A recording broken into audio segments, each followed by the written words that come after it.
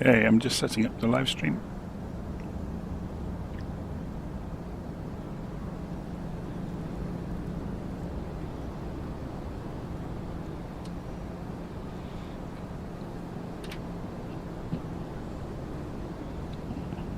Okay, let's check the volume levels before we get going. So yeah, you can hear me fine. It's quite a windy day here. The weather seems to be closing in a little bit, so this is going to be an interesting one. If we just look around ourselves, it's okay that side. Oh, actually, maybe it's not as bad. It's just the weather overhead at the moment is pretty poor. Okay, so I had an email a couple of days ago. Somebody asking, could I do a full flight end-to-end in one of the big jets and explore the various bits and pieces of flight planning and do everything from scratch. So we're sat cold and dark, just loaded the A300 into the simulator, haven't done the flight plan yet, haven't started Say Intentions up yet. So we'll go and launch Say Intentions while we're at it, and we'll see how we get on. So first things I'm going to do is go and we'll pretend we're going to be an airline called Virtual, and we'll say our flight number is going to be 073, just to make things nice and easy and simple for ourselves. So in here we're going to go and choose the type of aeroplane we've got. So we've got an A300, and the call sign is typically going to be the aircraft type, but in our case we're going to be using the airline, I guess. So we're going to go for Virtual, and then the tail number is going to be, in our case, the flight number, so 073. So if we click on Auto, you can see what we'll get called. We'll be called Virtual 073, which aligns with how you might be called by an IFR, or as an airline you might be called by air traffic services. So we'll leave that as it is. We'll go to intercom and we'll turn off the tour guide, because otherwise they might suddenly cut in talking to us. So that's good enough for us at the moment. So I'm going to leave us on the radio check channel for the moment, so we don't get any radio bursting in while we're working through doing things. So it's worth pointing out, I've got the A300 here. I am going to be working through, if I go and search my Google Drive for the A300-600 startup procedure. This is the functional procedure I'm going to be working through to get the aeroplane up and running, and it's got lots and lots of explanations, where to look, what to click, what to press, and so on and so forth. So we'll work through that together. If you want a copy of that, if you go to Ko-fi.com, I didn't put a link of this in the video notes, actually I should have done. If I go to my page here and go to shop, and you can see in here there's the A300 startup procedure. So that's where you can get a copy of that from for the princely sum of £3. So, how do we go about getting a flight plan? We're going to go to Simbrief. So if we go and have a look, actually I've got 2 copies of Simbrief open now, that was rather clever of me, wasn't it?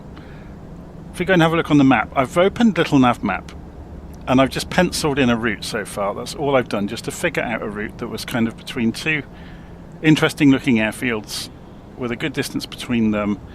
I've got the A300 performance file in LittleNavMap. I got that from FlightSim.2, but that allows me to estimate the top of climb, so it's not really important. It just gives you a visual indication. So then we're going to go also open in the background Navigraph. We're not going to use it yet, but we're going to unload the last flight I did in it. We're going to change it to Auto IFR, so it just changes the rendering of the screen. So you can see it's got us on the ground down here in the Dominican Republic. Okay, so we are going to go and get... Why do the aeroplanes do that to you? Okay, an AI aeroplane has spawned in next to us and is doing loop-the-loops. So what we're going to do is press escape, and I'm going to go and turn off the multiplayer, just in case that was somebody being a so-and-so, and turn the air traffic off, and then resume. And we have some peace and quiet. So, just jumping around, so yeah, we've got a basic plan here in LittleNavMap that we're going to work through. If you don't know how to do that, all I did, so if I say new flight plan and say don't save it, so if you click the little icon up here in LittleNavMap, it will center the map on where you are. So it automatically connects to the simulator. So all I'm going to do is right click on the airport, set that as my departure, so that puts it on the flight plan, and zoom out with the mouse wheel, come over to where we're going, right click on the airport and set that as the destination. So you can see they're both on there now, and it's drawn the yellow line in between them. So you could configure the flight plan completely yourself, and the way you would do that is you would hover over the airport, and that will give you the METAR readout for the airport, so that it's showing no weather at the moment, which I don't believe for a moment, although it does say 2 knots up. Oh yeah, look, no wind. There's mysteriously no weather. So we can right click on the airport and we can show departure procedures. So then say we wanted to then take off runway 26, we can have a look and it will impose the SIDs onto the map, so we can see what they look like before we choose them. We can do exactly the same thing with Navigraph. So if we right click on that SID and then insert it, it makes it part of the flight plan. So we've got a standard instrument departure now, look, with some constraints. And then down at the other end, we can go and hover the mouse over Kingston, and you can see we've got 140 degrees 10 knots for the wind in that METAR readout, the third group of characters there. So 140 degrees 10 knots. So the wind is coming in from this direction, so we want to go runway 12. So if we go right click, show arrival procedures, it's showing them for Norman Manley, and we want to come in runway 12. So we'll go ILS runway 12. You can see there's actually 3 transitions. So I forgot to switch this back off. It will keep recentering us if we don't do something about that. So we can go and have a look now at what these different transitions look like, and they're different arcs onto the same approach. Yeah, so that's a straight in, that's coming from the left, and that's coming from the right. So if we were to choose that one and insert it, that's the approach. If we do the arrival as well for runway 12, there's stars with lots and lots of transitions available. So if we go and look at this one,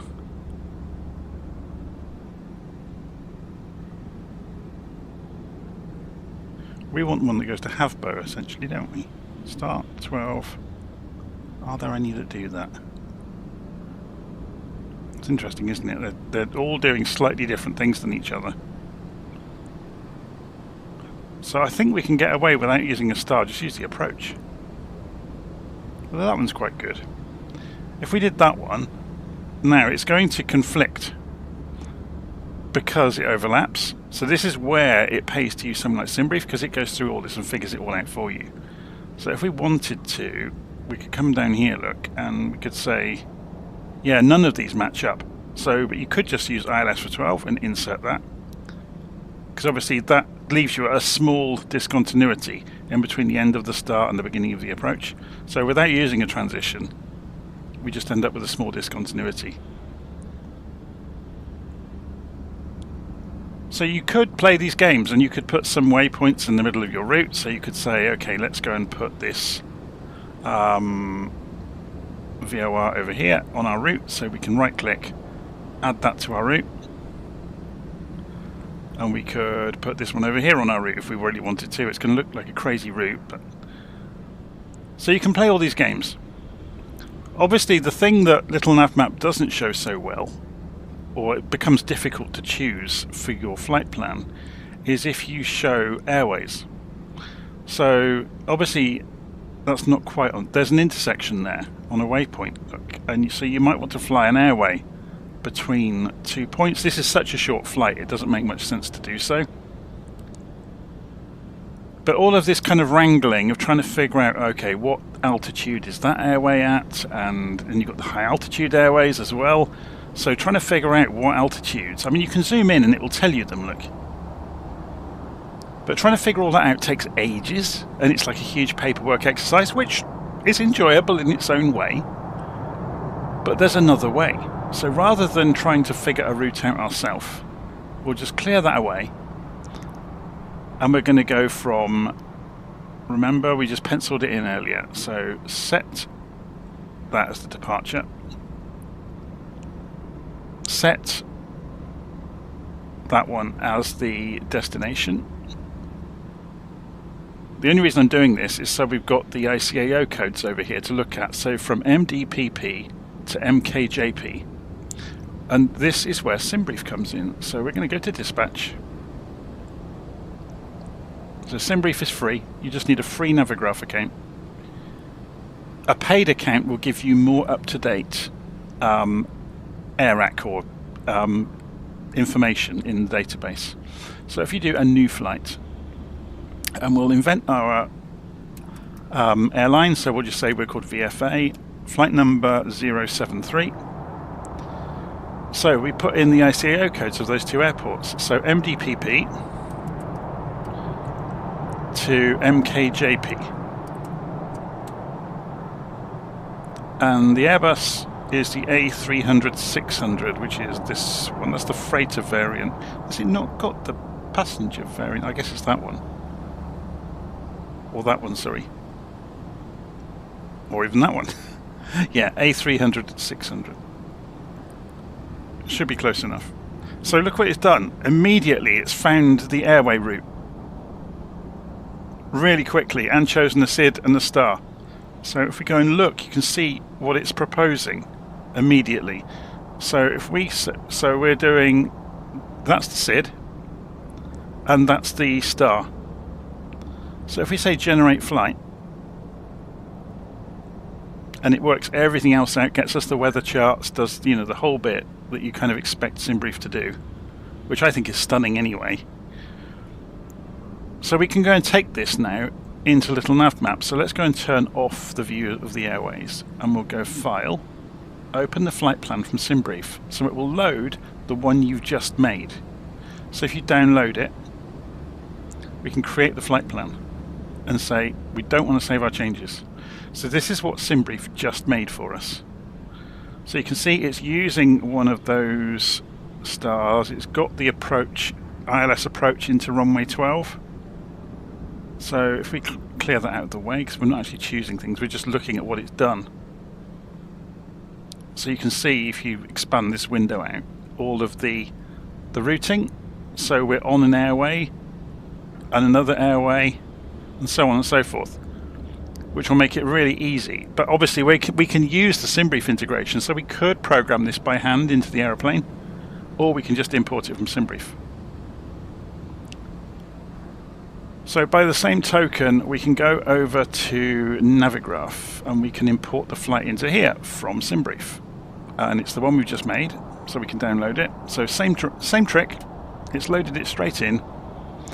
It won't have the approach, so we'll go and choose the approach. It's going to be ILS into runway 12. Now look, Navigraph is saying, yeah, this doesn't really add up, because there's that slight discontinuity there. So it's interesting though that this approach it's chosen is to overfly and then come in overhead and turn back and then come in, which is a fine way to do it. Okay, so there's us sat on the ground, obviously, at our departure airport. So the more we zoom in, the more we see. Right down to the gate we're sat at. So, I was just kind of giving you a hint of, you know, you can go by hand and program your entire route yourself. If you do, when you make your flight in Simbrief, you put the route information into the field for it. Yeah, so you overwrite whatever it has chosen and make it agree with what you want. And an easy way to do that is if you did it in LittleNavMap, for example. you can go to the flight plan menu and you can copy the route into the clipboard. So if I do that, and then I run Notepad for you, and I say it's complaining it can't see things, but don't worry about that. So if I go and paste in here, that's what it actually put into the clipboard for me. Yeah, so that is the same as if you look in Navigraph. It's the same as up here if you click the pencil. Same thing. When you say done in here in Navigraph, it automatically turns airways between intersections into each waypoint. So if you say done, it's got way more in there now, look, because it's fleshed it out. So any waypoints along the airways are now actually detailed, which is exactly the same thing the aeroplane does. So when you put an airway into the aeroplane, it ends up on the legs page as all of the waypoints. So if you imagine it, look at this airway along here. Look at all those waypoints along that airway. So they are all listed here, and they will be listed in the legs page of the aeroplane. Okay. So we have a live stream comment saying, is it viable to do a simple flight plan in the game only for the basic aircraft? So there is a tablet in the simulator. It is not integrated with the complicated aircraft. So you can't play games where you come into the plan in here and send it to the avionics. It won't work. But having said that, there's nothing to stop you using it as a more basic flight planning tool. So you can go to planner.flightsimulator.com and you could go and put the route in. So that route we've just done, if we go and paste it in here and say save, it will work it out. There's the route. See, it's done exactly the same thing. But you would need some knowledge. So what you would have to do is go and program this into the FMC. There's going to be no easy integration for you to get that to happen. You'd have to realize or how to program airways, how to program waypoints, how to program SIDS and stars, which isn't too difficult, but it's an extra thing to learn. And if you have the ease of Simbrief to go do it all for you, then you're obviously going to choose Simbrief most of the time. So does the flight planner automatically also calculate the fuel and payload? Payload? I don't know is the answer to that. So if we come into here, if we were to choose the correct aircraft, so if I say A300, it doesn't know what that is, look. So I'll choose an A320. Obviously it only knows about the planes that are in the sim. Oh look, it's saying performance data unavailable. So I think this flight planning tool was licensed by Asobo from Lufthansa. I may be wrong about that, but I suspect this is the Lufthansa flight planner in a slightly different suit of clothes. Anyway, let's go and get back to where we were. Otherwise we're going to be here all night talking about side subjects. So I'm going to jump inside the cockpit, press Shift and C to come back out. I'm just going to do the walk around bit because this is one of the... Oh no, it doesn't look like it is the bundled one. Let's have a look. Can we not click things? No. Okay. So we have to do that from inside the cockpit. That's fine. So press Shift and C. We'll do that first. We'll come over to the aeroplane. We can remove the chocks, remove the covers, and we'll leave the GPU attached. Okay. So if we come back to the main menu, I would have got into there by going to ground. I did it shortly before the video started when I was just checking around things. The other thing you're going to do straight away is go and look at your throttles and see if they make sense. They seem a little bit odd, but they are working. So it might be worth me having a look in here. We're going to throttle calibration. So you can see I've got idle. I don't think it's got Oh, so I can see here, look, reverses on axis, yes. So then what I can do is put both throttles to maximum, or reverse. I'm just moving the throttles around as I do this. I've got the Thrustmaster controls. So throttles are all the way back, so set the maximum reverse position. Then I need the max reverse position. Sorry, idle reverse position, which is just off of idle into reverse. So that's that one. Set idle. That's that one. And set toga. And if I come back, it didn't give any feedback, did it? So I've now got the throttles working nicely. It's still not right though. It's going to max thrust way before it should. Anyway, we'll leave them on idle. We're just making sure that the throttles are working appropriately. So there's a little bit of a bug in the simulator there, by the look of it. Okay. So what we're going to do is go into My Flight. The aeroplane should have Simbrief integration. If we go into settings, you can see I've got my Simbrief ID plugged in. So I can then go into My Flight, and if I say refresh, it should fetch my current Simbrief flight. So we got, oh sorry, import from Simbrief, sorry. And then that will obviously refresh it if it's changed. So there's the details of our flight.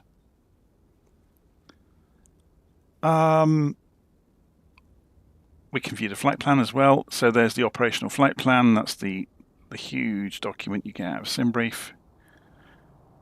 So next thing we're going to do is work through the checklist together. So I'm going to start working through that document. Okay. So the first thing it's telling me to do is go to the ground equipment, make sure the GPU is attached. It is attached. And then going to go overhead in the airplane by pressing Alt and 1. The document covers how to set up custom views because you need them for this airplane.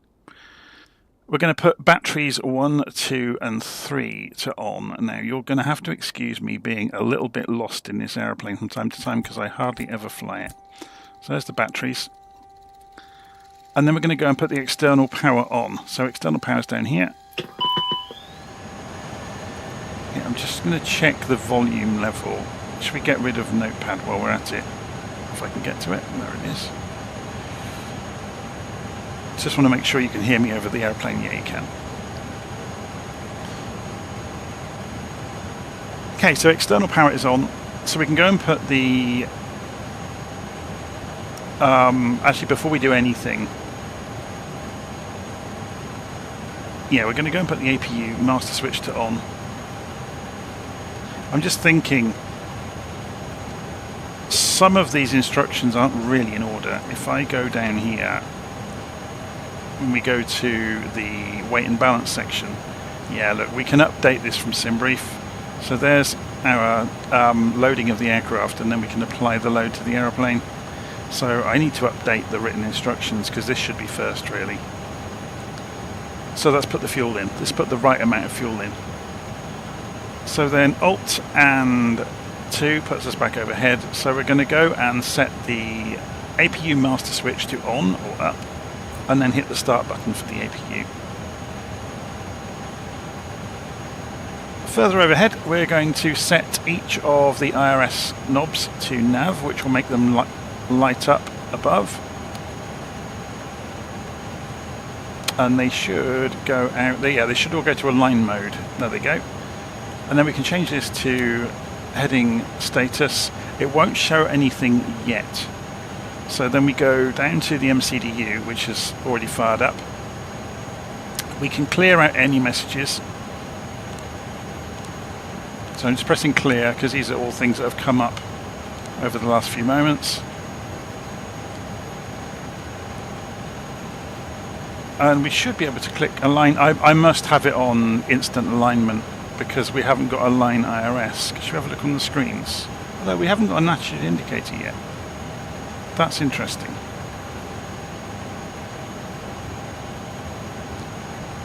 So in it to set the route, align IRS only appears if all 3 IRS switches are set to align and route is okay. We have to put the basic route in. So we have to go, these old Airbuses are a bit clunky. So MDPP to MKJP. MDPP to MKJP. MKJP. Having done that, it says align IRS. So now we can do that. That goes away.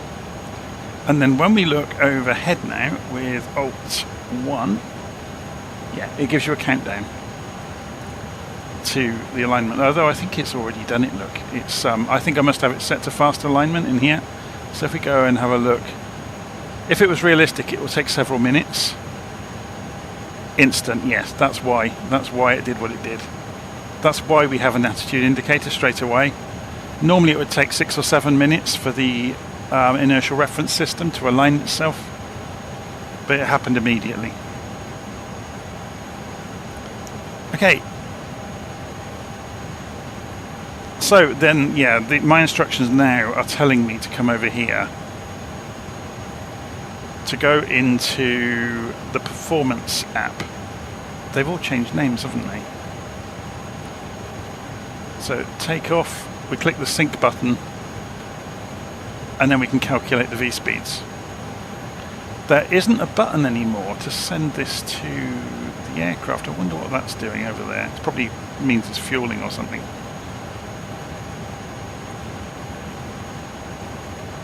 Okay, so we're going to go back over to the MCDU and let's go and see what it's done and what it hasn't done. So we've got the basic routing. Can we not fetch the Simbrief data into here? Interesting, I thought you could. So we may have to program it after all.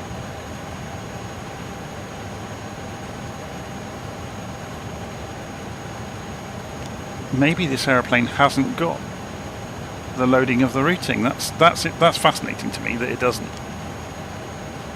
Anyway, will it help us do any of this? Yes, it will. It's not going to give us a 0 fuel weight centre of gravity though, look. It's saying entry out of range. So it's helping on some things but not on others. So let's go, what was the key to get over to the tablet? Was it Alt 1? I can just look there, can't I? What was the 0 fuel weight centre of gravity? If we look in weight and balance, where are we? 0 fuel weight. 0 fuel weight centre of gravity. There we go. 28.59. So back over here, we put 28.6 basically. And go next page. Let's got all that in there. So what was the cost index? We haven't did this by hand, which makes it a bit more fun, I guess. Cost index is 92. So 92, populate cost index. Cruise flight level, 28,000 feet. We should be able to put 280 in there, we'll find out. Oh no, that's our flight ID, 073. Cruise flight level was 280. Yeah, so it understood. It's put FL in front of it, meaning it's flight level 280. So if we go and look on flight plan, you can see at the moment all we have is departing MDPP and arriving at MKJP. You can go and select the SID. So if we say SID and come down here, and we can see it's the Reta 3C out of runway 08. So runway 08 and Reta 3C, and insert that into the flight plan, and it's done it. So then we can scroll through to the end and we can select our airport at the end, and we can say the star we want is let's have a look. ELSA 5 into runway 12. So ILS runway 12 and ELSA 5 for the standard terminal arrival route. Now, as it got a MLY as the waypoint there, I don't think it was using... Oh no, it has got a transition for MLY. So then insert that in. So if we scroll down through, you can see there's a discontinuity. That's between the end of the standard instrument departure and the beginning of the standard terminal arrival route. So this is where this will get interesting, because I'm not sure how this works in the A300, so you might have to bear with me. If we select RETAC, we can choose an airway that leaves RETAC. So these are the airways that leave RETAC. UM348, and we want to take it as far as Albi. So UM348, take it as far as... Oh, I pressed the wrong button. Flight plan.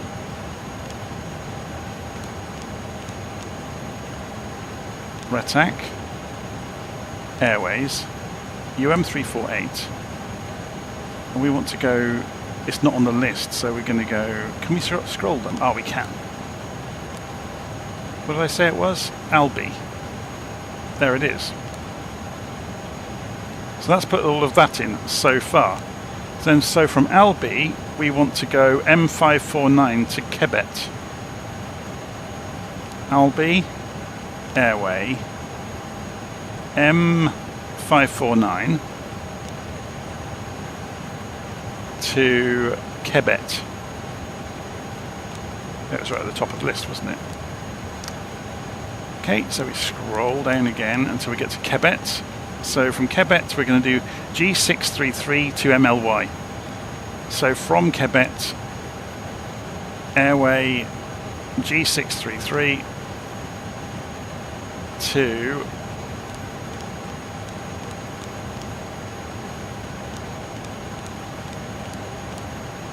MLY. So let's see if it's got rid of it. I don't think it's got... Oh no, it still has. Look, it's got a discontinuity.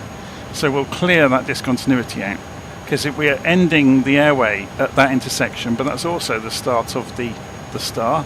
So we'll clear that and see if it's tidied it up. So it should just have MLY in there once. Yeah, and it has. So you can do a gross flight plan check as well. So you can see it starting to draw things down here. If we put this on plan mode, it will center this up. I think it's on, yeah, the top line on this model. So then as we scroll through the flight plan, if we push the up arrow, it's moving us downwards through the flight plan, if that makes sense. We're moving the legs up. We can obviously change the range as well. So change it to 60 miles, for example. And then you'll see this moving along as we press the up arrow repeatedly. Yeah, so you can see that's roughly the same as our diagram we had. Okay, so we're going to put this back on map mode on the navigation display. We'll bring the range right back down to 15 miles so we can actually see our position. And we've got the route programmed in. More by luck than judgment. So, having done that,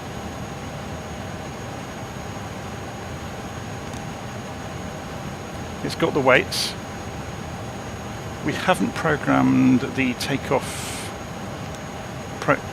the parameters for the performance. So V1 and VR. Now, will it work it out for us? No. So what we have to do is come back over here, go to that takeoff calculator. V1 is 155 and 158 for VR. So 155 is your decision speed. 158 is your rotate speed. And V2 it somehow has worked out. I'm not going to change that. V2 is normally your minimum speed to continue on an engine failure.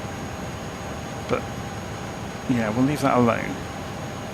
So then we can go through the phases of flight down here. So if we go approach, that's all fine, so I'll leave that alone. It's interesting, isn't it, how similar yet how different it is from an A320. So obviously it predates it enormously. Okay, so back overhead, we've pretty much done the flight plan now. So ground control, flight recorder can go on. Overhead low. I'm going to go and put the no smoking sign to on. This is where I have to start hunting around. And the seatbelt signs. Actually, that can go into auto. The eyebrow panel, second column is the strobe. So they're over here. Look, so strobe can go to auto. Nav and logo can go to 1. ATS can go on. So they can't go on until the INS system has aligned itself. Window heaters can go to on, and I'm looking desperately for the window heaters. There they are. And then the probe heats for captain, standby and first officer can go on. The flight guidance control panel is next. So that's this panel in the glare shield that controls the autopilot modes. We're going to go and put the decision height on, and we're going to take it to -5 for takeoff. Primary flight instruments, so shift and space. We're going to calibrate the altimeters. I'm going to cheat and press comma. And then uncage the standby attitude indicator. So we pull the knob out and just wait for it to come to a halt. That's that done. This is why I write down these procedures, because without them, this would be a nightmare. Set the landing elevation. So that's this thing over here. So this is really to do with programming the environmental control systems, I think. So what we're going to do is cheat slightly, and we're going to go and look at Norman Manley, show information, and it's got elevation of 7 feet, look. So, and I think this only goes in hundreds, so we're going to say 0. It's interesting here, look, you've got a thrust control system similar to the BAE 146, similar era, this aeroplane. So it's got a different version of the same thing, where you've got the major modes of the engines. So toga, maximum continuous thrust, climb and cruise. So it will help the aeroplane manage the engines somewhat automatically to run them efficiently. Okay, so overhead, obviously the APU has been running for quite some time now, so we can go and get rid of the external power, so we can turn that off. And then Alt and 6 will take us down to the tablet, and we can go into ground and get rid of the GPU away from the aeroplane. So then overhead, we're going to go and put the beacon light on, telling everybody we're about to start the engines soon. All the fuel pumps can come on. We haven't done pushback yet, have we?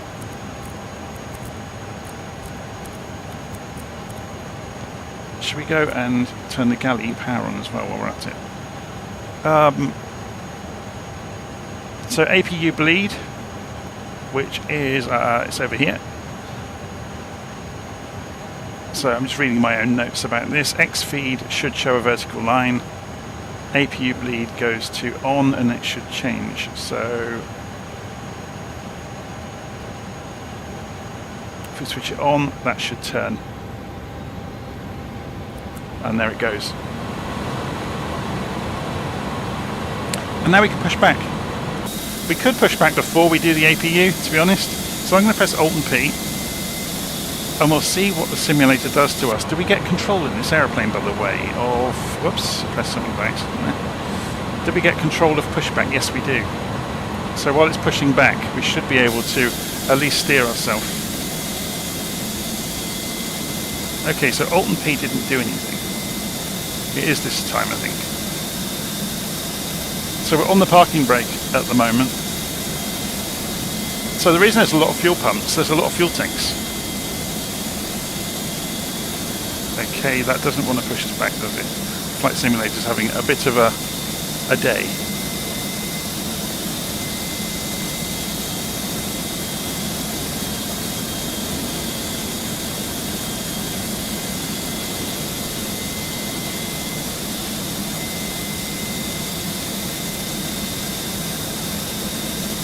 So you'll notice at the moment all the control surfaces are sagging because the engines aren't running. We've got no hydraulic power yet. Okay, so if I turn the parking brake off, it's going the right way. Wonders will never cease. To be honest, I just want it away from the terminal before I start the engines. So in the real world, you'd obviously start the engines during the pushback, but we're not. There's only one of us wearing 4 hats at once, so we're not going to be doing that. So let's go and have a look while we're waiting for the pushback. So yeah, we're going to have to do a U-turn and go down to 08. So we're going to be off down that way in a few minutes.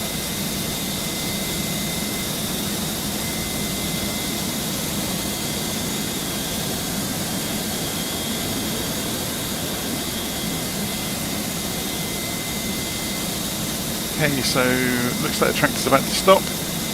I'll put the parking brake back on.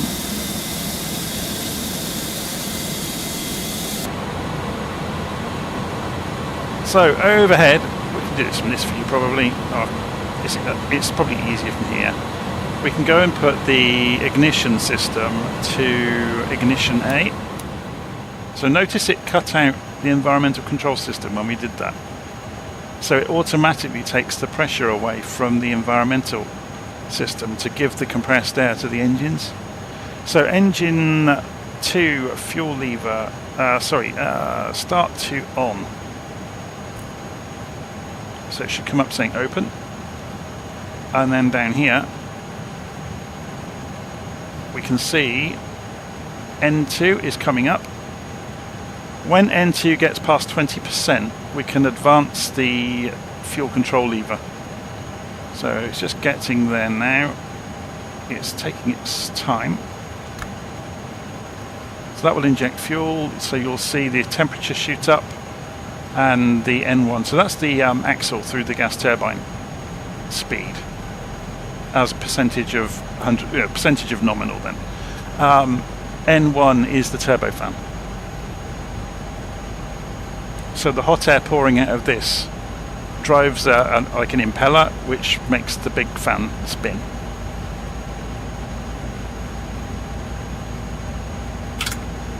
And you can just see the cross feed of the power has just happened, or the bus transfer, sorry. So the engine's taken over electricity from the APU. Okay, so once that engine's up and running, I think we can leave it on A, to be honest. You can alternate them because there's 2 ignition systems. In the real world, I guess they do it to save wear and tear. But we can run them both up on the same ignition system. So we're waiting for N2 to come up through 20%.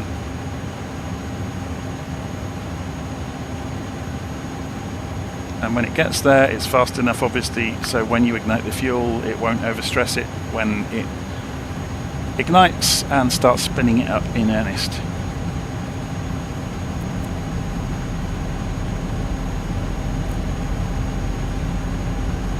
You can see all of the engine temperatures and oil pressures.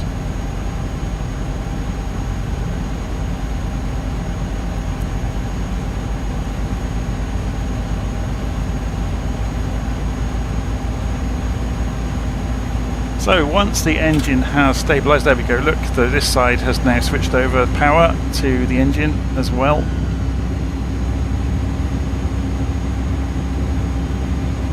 So ignition can come back to off. And APU bleed can come off, which was over there.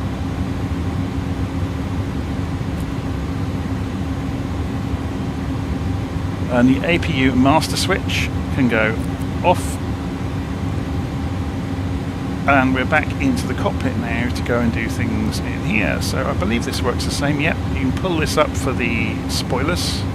So we haven't configured TCAS at all yet either.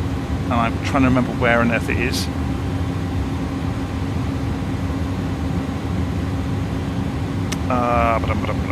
Let's go. Let me read the checklist. I'm getting ahead of myself. So we want 15 degrees on the flaps. So let's go and just check where the the marks are for it. Okay, that's 15. Interesting, it doesn't quite sit in the notches there, look. I wonder if that's a bug. If I move it a little bit more, what happens? No.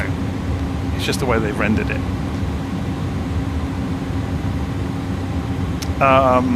So having done that, we can go taxi. So in order to taxi, we need to go and put the taxi light on. So nose light goes to taxi.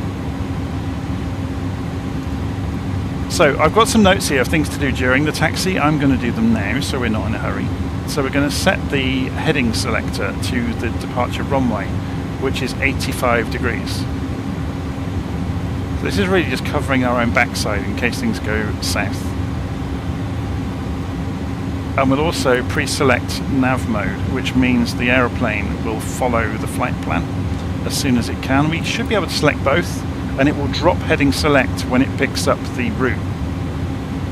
We can go and put our altitude target in as well of, was it 28,000 feet? And we can say how we're going to get there. So profile mode is roughly analogous to VNav, so it will follow the constraints in the autopilot. But you can also do, now will it allow us to do it? If we say climb at 2,500 feet a minute, or 2,000 feet a minute even, I'm just wondering, if we turn profile off and put, yeah, we can't do that, look, while we're not flying. Interesting. And then obviously you've got the auto throttle target airspeed. So we'll say target 200 knots initially.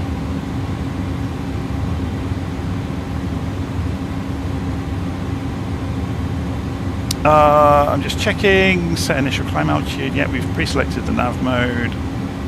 So we're going to go and taxi out then. So let's go and try the head tracking out. And we can look around, and we've got our pretty co-pilot over there, who was probably a much better pilot than me. Should we leave this on the OFP page just for interest? Okay, we have a lot of positive thrust. That's a scary amount of positive thrust.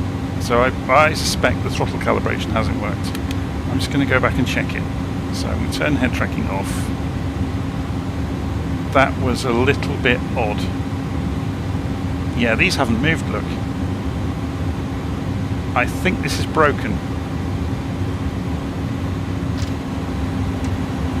That would explain everything we saw earlier. So reset calibration. These aren't lighting up, look. It's taking no notice of where these are. So I imagine these should be moving into the correct places, and they're not doing so. So if I say, at the moment they're in idle, and it's not having it, look. Interesting. I wonder if it will do it when these are not. No, it's just not going to work. Please recalibrate your throttles. Yeah. So reset, start calibration, set the max reverse position. Oh, it wants me to do it like a wizard. Set the idle reverse position. It's just a clunky interface. Set the idle position and set the toga position. Obviously the engines are running, so the aeroplane's having a fit while we're doing this. That's a lot better now. Okay.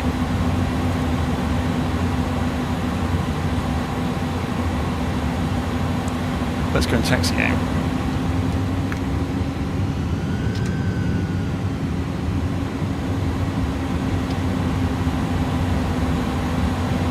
So once you know how the calibration works, it's actually fine. It's just it's not very intuitive.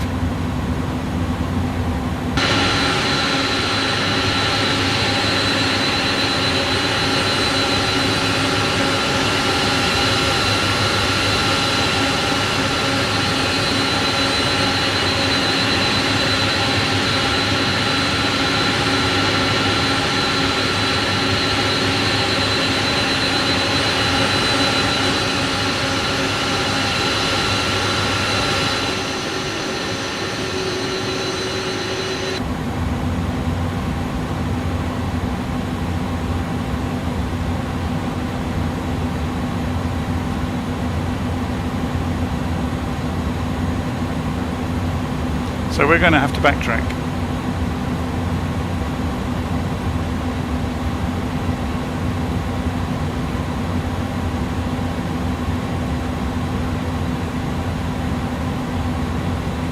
Something else we can do, actually I'll wait until we get onto the runway and get down the far end. We're going to go and have a look at Navigraph and look at the departure plate just to familiarise ourselves with what's coming. You know, so constraints, that kind of thing. We can show the constraints on the navigation display as well, so they'll show up in a moment. So we're just going down to the end of runway 08. So yeah, just reading the live stream comments, that's quite funny. The big jets do have the behavioural characteristics of a grand piano. That's very accurate. But as soon as you figure out that these planes can weigh several hundred tons, it starts to make sense.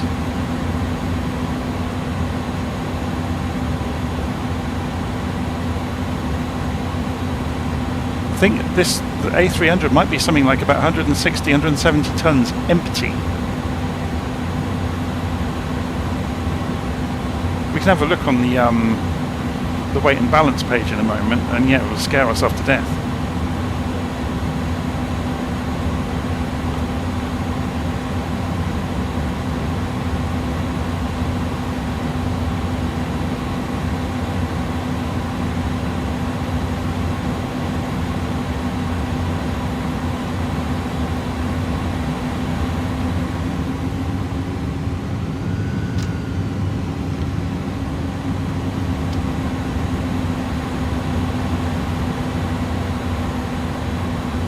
So,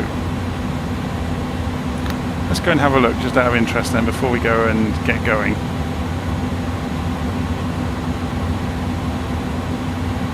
So we've got 13.5 tons of fuel.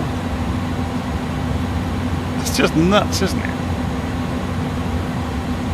That doesn't give us our... Will the takeoff calculator give us the total numbers?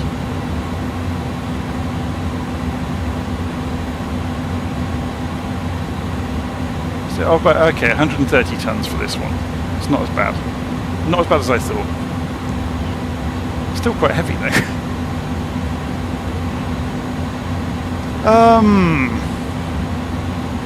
So, we're ready for takeoff. We need to go and do the lights, don't we? So,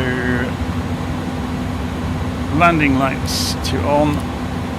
Beacon light is on. Strobes, we could put it to on. It's on auto, so it will understand when we're on the takeoff run anyway. We'll go and put the auto throttle.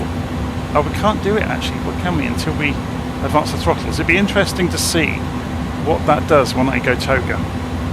So it's in takeoff mode on the thrust management system.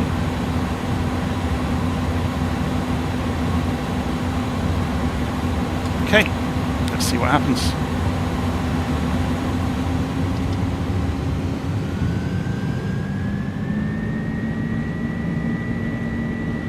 So engines are advanced all the way forwards to toga. We're keeping half an eye on the speed here. We've got a left turn pretty rapidly after takeoff, so we need to trim. I haven't trimmed the aeroplane, I completely forgot that. I haven't trimmed the elevators.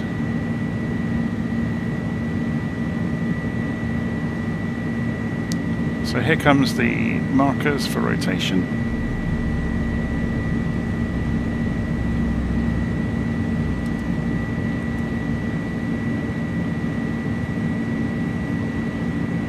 That not letting me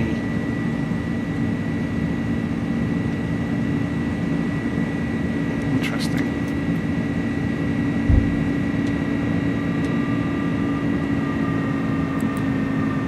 I had a problem with the views then. It almost made me overspeed before I realised what was going on. So autopilot on.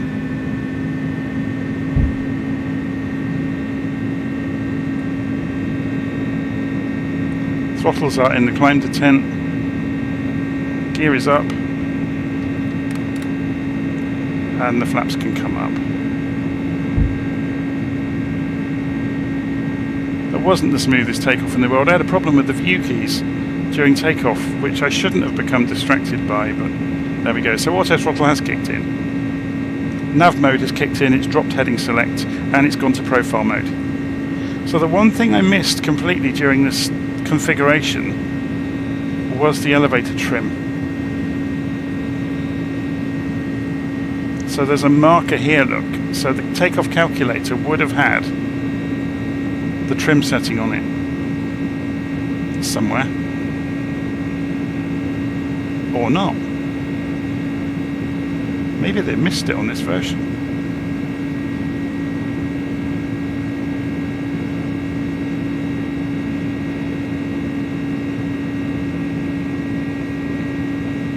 So you can see the aeroplane's targeting 250 knots. It's doing it successfully. Coming up through 5,000 feet. I said we were going to go and have a look at Navigraph, didn't I? So we've got the departure here. Transition altitude is 17,000 feet, so we don't have anything to worry about immediately.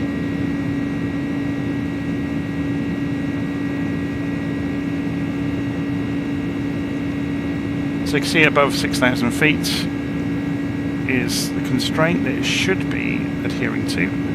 Should we just compare that with what it says in... did I shut down LittleNavMap? I must have done. Or did it crash?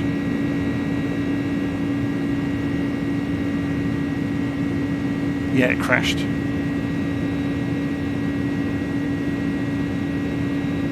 So, file, open flight plan, download, create flight plan, don't save changes. So it's got its flight plan back.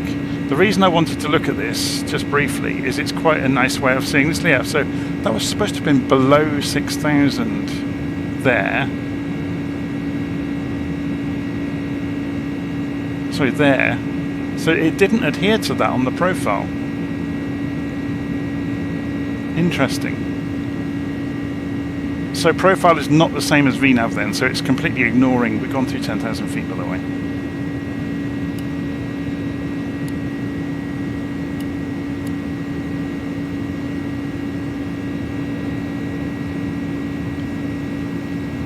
And we didn't do TCAS either. I completely forgot about it. We were going to go looking for it, weren't we? Or I was.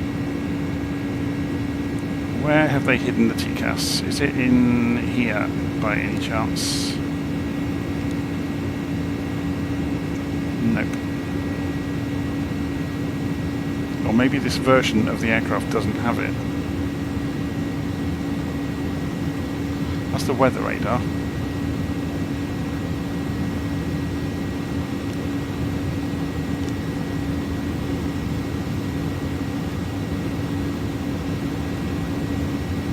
Where have they hidden the TCAS controls? So we can put this into climb mode now, by the way. Not toga.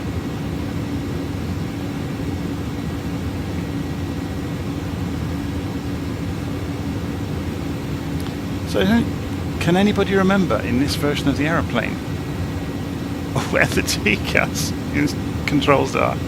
Maybe this model just doesn't have it. I wonder if that's configurable somewhere in the tablet. Whether it has a TCAS panel.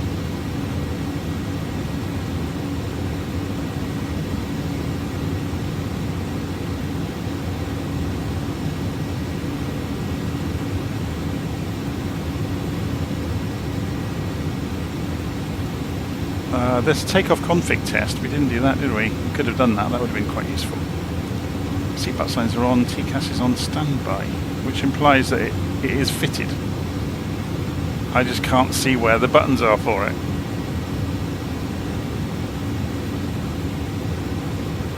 So if we go and hit menu, oh, is it hidden in the MCDU?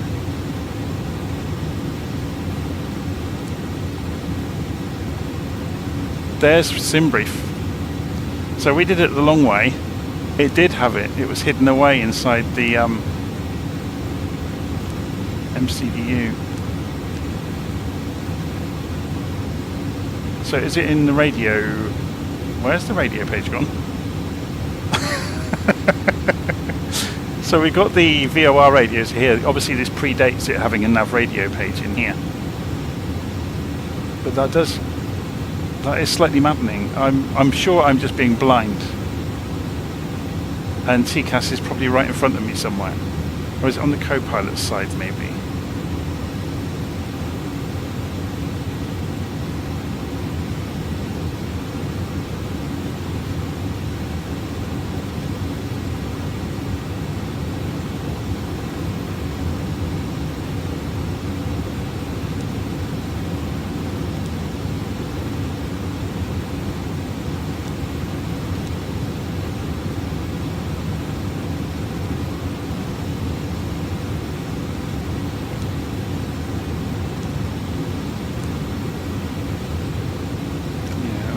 Different thing entirely.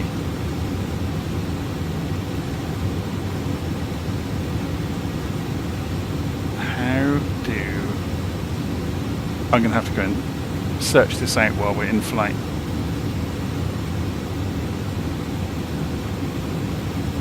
So someone is saying, DC9116 is saying it is in here. So is it one of the buttons you have to press down here? Oh, of course it is, yes.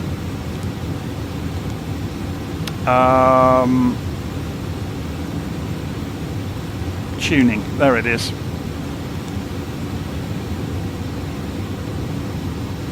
Yeah, I suddenly remembered, as soon as you said that, I realised there was another button. So the tuning button's down here. So you hit tuning and then you get to switch the modes of the ATC TCAS, and that's where you can set your transponder code and your ADFs. So I'd never got around to talking to ATC, did I? We were so busy looking at the aeroplane and being interested with a slightly strange aeroplane. So we can go to 2992 now on the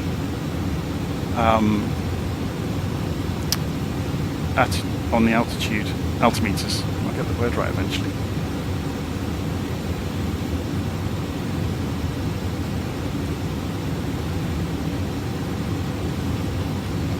Yeah, we were going to use ATC, weren't we? And completely forgot about it. Such was the excitement of flying this aeroplane.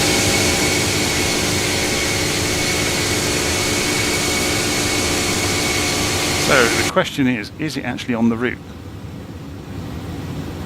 It looks like it is. So should we increase the range?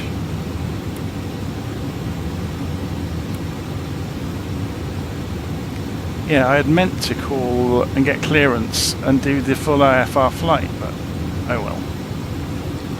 So yeah, I'm going to go and update the document that I've written, because it would be nice to have this fully documented, that you can come in through the AOC. Oh, sorry, yeah, it's not even labelled as that, but you can come in through ACARS and request Simbrief. Obviously I'm not going to do it while we're in the air, because it'll break it. But it was a fascinating exercise to go through programming it by hand anyway, just to show you that you can do that. Should we turn the seatbelt signs off and let people go to toilet? They are here. So I only learnt very recently that the captains toggle the, you know, the chime you get when you turn the belts or the smoking signs on and off. I only learnt very, very recently. Some aeroplanes even have a chime switch. But when they toggle it once, that's to tell the cabin crew to go and take their seats. When they chime it twice, it's that they can... Oh no, I forget what the... I think it's agreed between the pilot and the cabin crew in advance. But yeah, the one chime versus two chimes is the pilot essentially telling the cabin crew, either you can get up and do stuff now, or you need to get into your seats.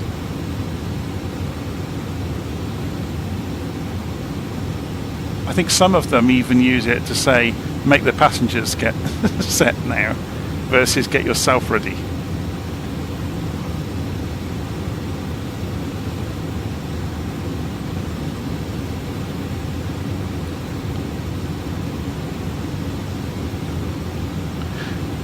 Shall we see if we can join a flight in, say, intentions without, while we're in the air?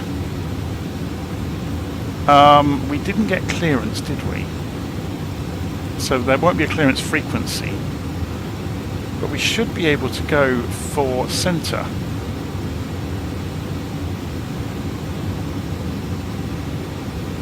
Centre, virtual 073, en route to Jamaica as filed.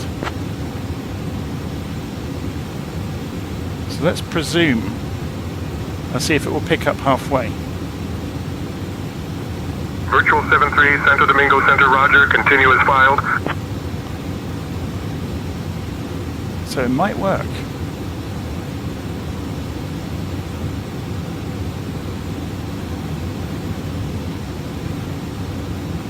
Let's ask Centre if they have our flight plan. Centre, virtual 073, do you have our flight plan filed?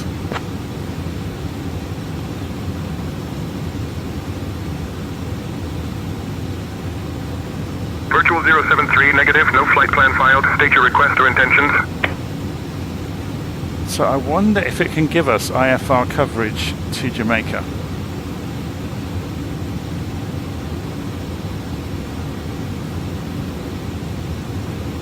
Centre, virtual 073, can you give us IFR flight following to Jamaica?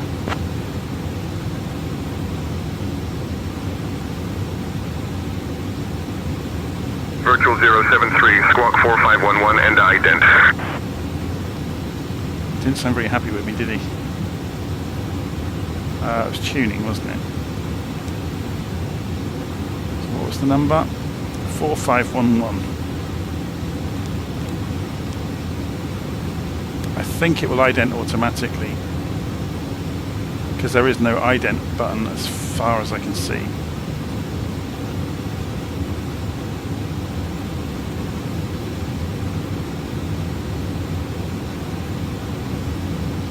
Virtual 073, radar contact 20 north of Monte Cristi Airport at flight level 250, Monte Cristi QNH 1013.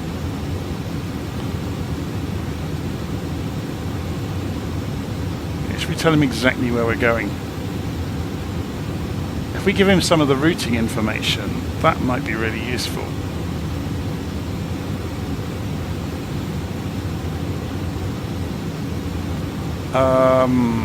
So we need to know the name of the airport to identify it to him. And it's going to be a horrible name. Oh, so no, actually it's not, is it? It's Norman Manley International.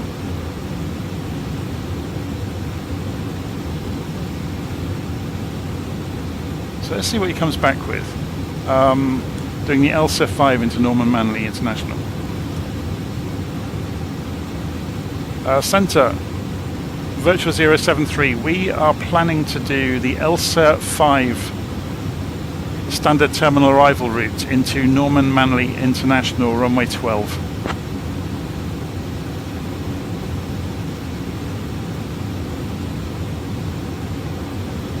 Virtual 073, roger, expect the ELSA 5-star into Norman Manley International, runway 12. Fantastic, so this just shows... 049 is maintaining flight level 380.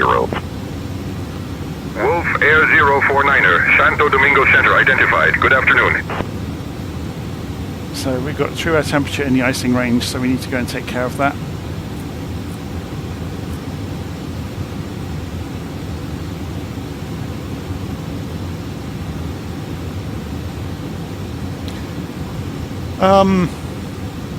That's interesting, isn't it? So we were able, using say intentions, to give the controller the basics of our flight plan.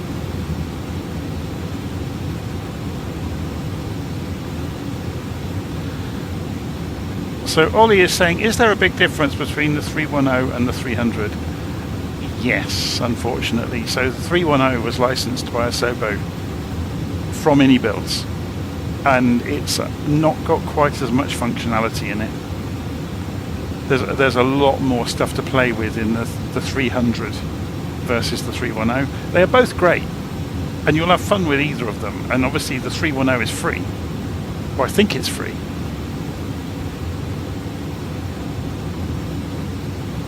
Was it free or was it in the marketplace? I can't remember.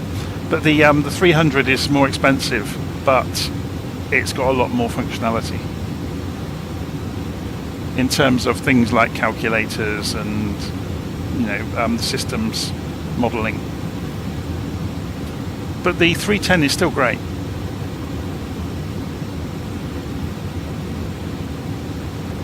I haven't flown the 310 for such a long time. I should go back to that one as well and have a look at it.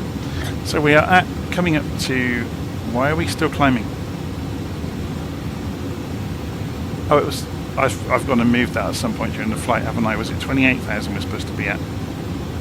So let's go and tell it to get back down to 28,000 feet.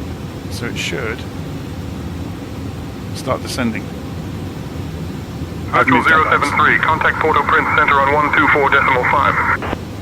124.5. Contacting Port-au-Prince Center 124.5, virtual 073.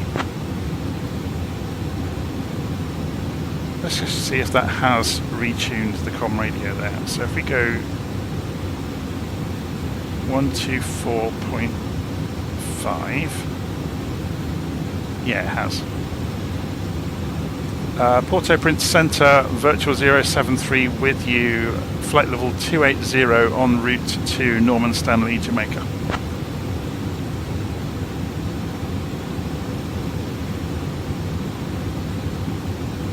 Virtual 73, Port-au-Prince Center, hola. Hola.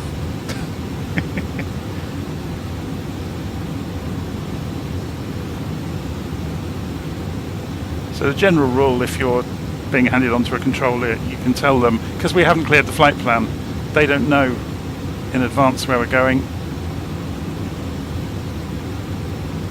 Be interesting actually to ask this controller, do you have our plan on file? Port-au-Prince Center, virtual 073, do you have our flight plan on file?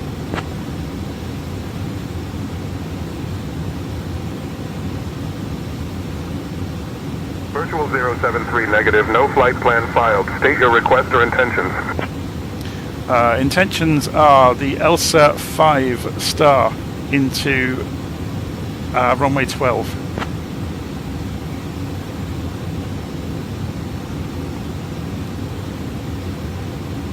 So I intentionally missed the airport out then because I told him it in the previous... Virtual 073, roger, ELSA 5 star into runway 12 confirmed.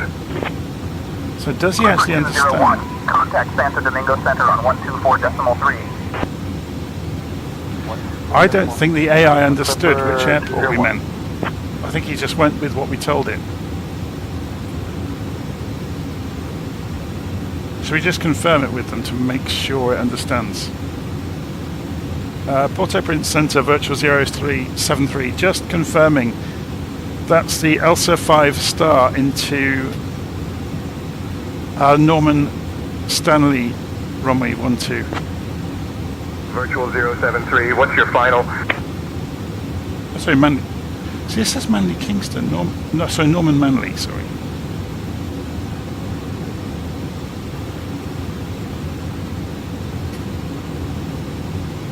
We are expecting the ELSA 5 star into Norman Manley, runway 12.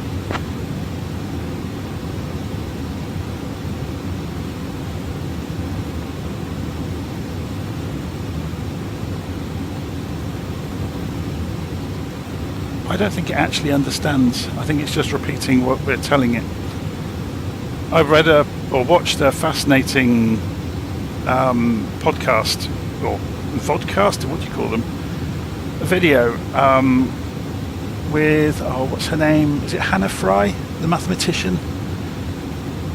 And she was talking about the way ATC, the way AI works, and that it'll essentially take on whatever persona you request of it. And you can see this doing it with the large language model. It's giving sensible answers, but it's not really understanding anything.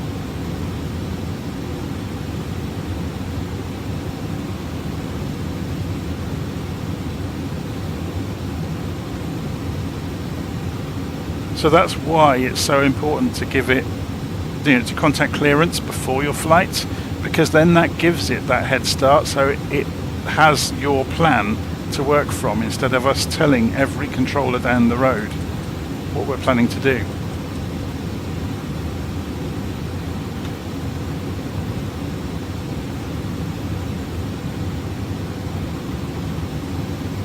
Because this controller for this sector, yeah, we're going to go out of the sector, look.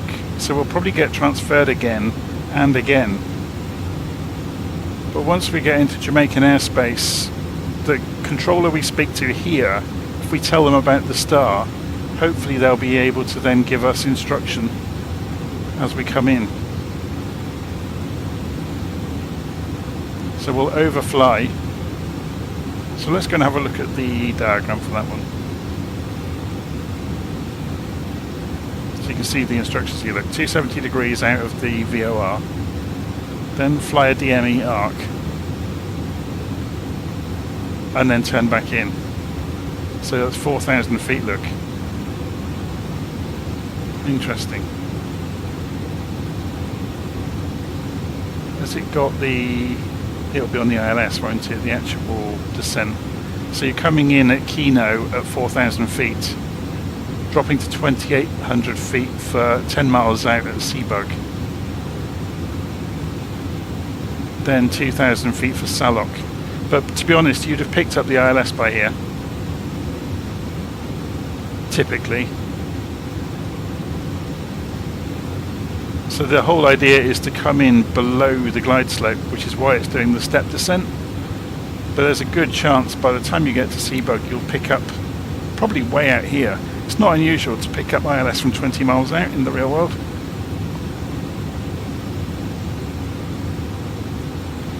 But obviously once you're stabilised on it, you're fine.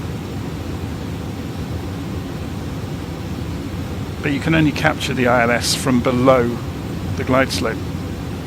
If you're above it, you're in trouble. Whoa, I'm always doing that.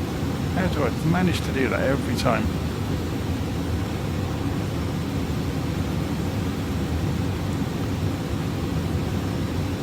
Okay, so do we get any information? So we're still in the icing range. Do we get any information on here? So we get...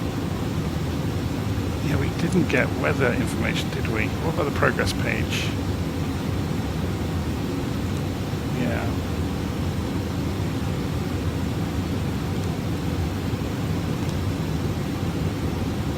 All I'm looking at here, I'm toggling next page to see there's two screens of information you can see on the legs page. So at the moment we are en route to Amato. Yeah, so it's at the top of the legs page. See that there, look. So it's giving us an ETA at each waypoint. So if we scroll down, we'll get an ETA for MLY. And it's got altitudes penciled in, look. So it's going to start descending if we let it at Gabon.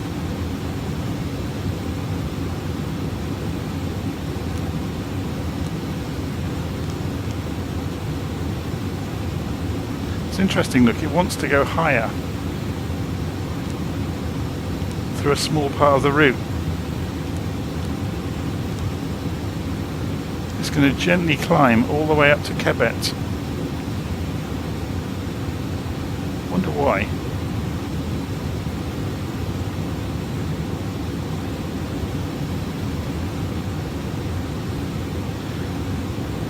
Did I put the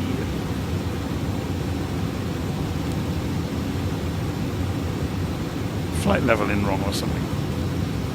I'm just saying, looking at this has got a vertical deviation.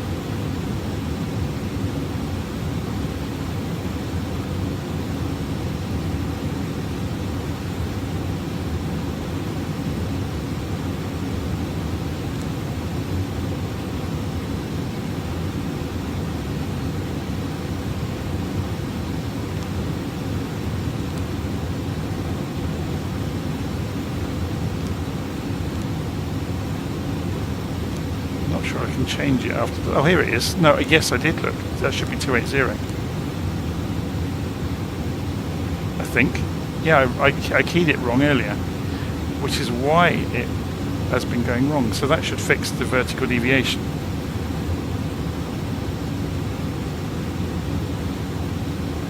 Very good. We can put this into cruise mode, by the way. Will it make much difference? Probably not.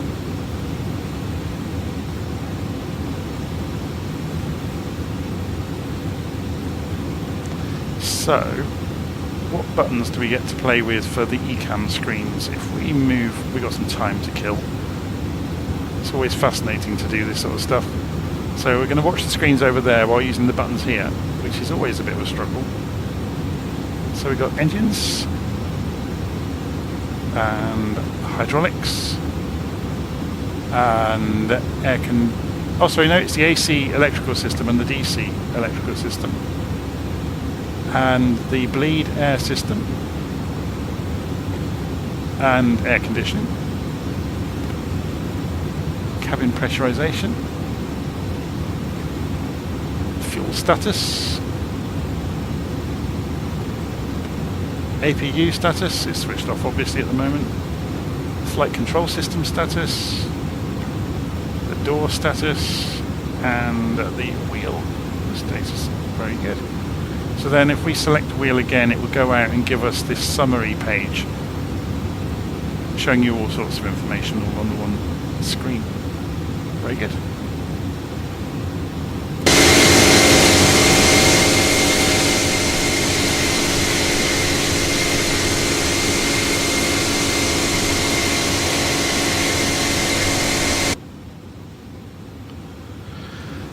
So we leave it at flight level 280 or 28,000 feet until we get to see, this just shows, doesn't it? It doesn't have top of descent. Wait, what happened there? It doesn't have it marked. Oh, it does. So it's saying it's going to start descending, or it wants to, at the waypoint after Quebec. I wonder if that agrees with what LittleNavMap thought with its simplistic descent control. Between Quebec and Pissel, it should be descending according to this. And yeah, that's correct.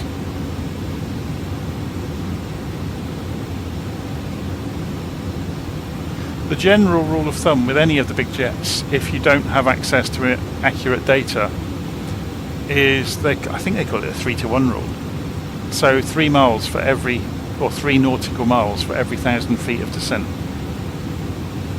which generally corresponds with about 17 or 1800 feet per minute descent rate, which is what most of the big jets can glide descend at. So I guess if you think about that in terms of real numbers, 30 miles per 10,000 feet.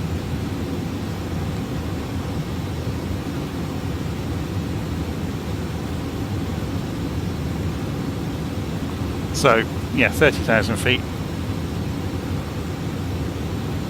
becomes 90 miles. So 36,000 feet, you're looking at just over 100 miles to descend. Obviously you can play games with the spoilers to come down a lot more steeply than that.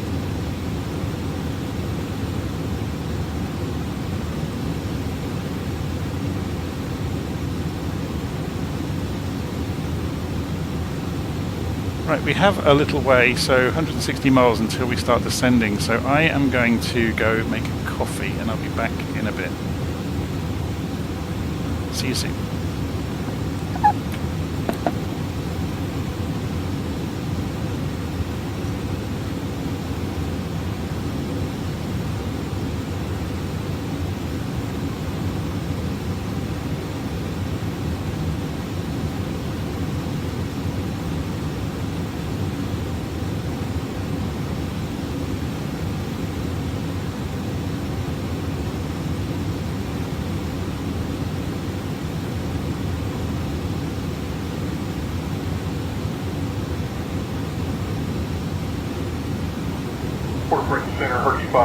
What's the local altimeter?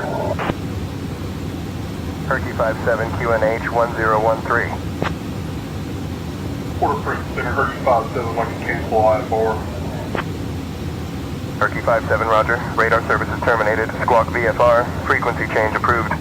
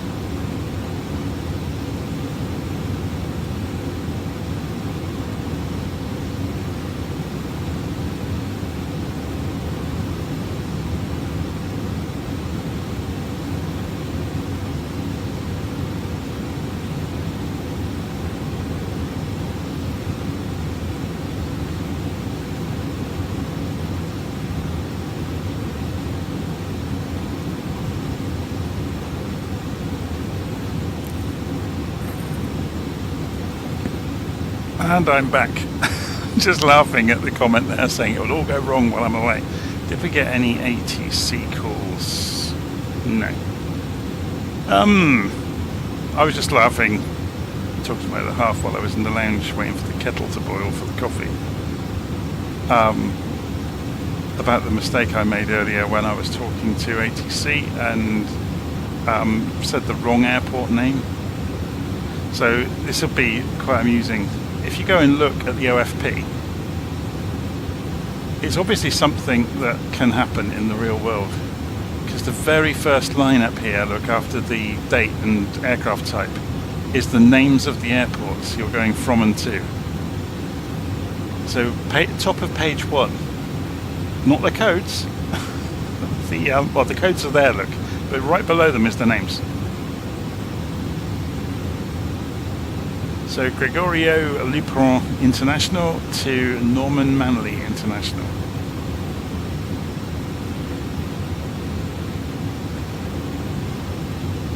It must be quite difficult, I guess, for the professional crews.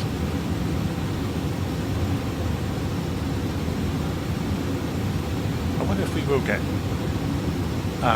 switched over to another controller. Where was Navigraph? Had the best view of it, didn't it? Of the sectors. So we are still in the same sector. So you'll be expecting when we go into, we're in Port-au-Prince, look. We were talking to Port-au-Prince Centre, weren't we? So we'll switch to Kingston Centre, I guess, when we cross over through Quebec. And they would understand the Norman Manley approaches you would expect. Or is it AI portraying the character you want them to with the information you have given them to make them sound like they know?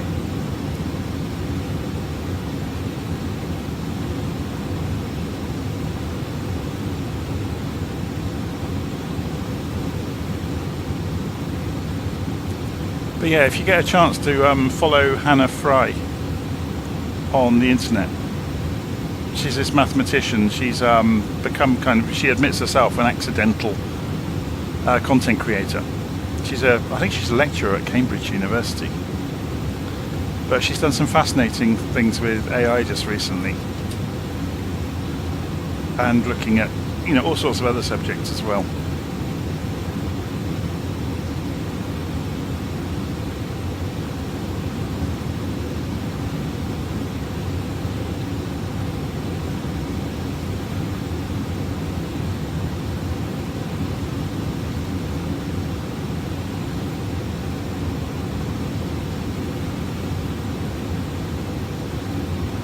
So, we're only about 100 miles or so out from top of descent.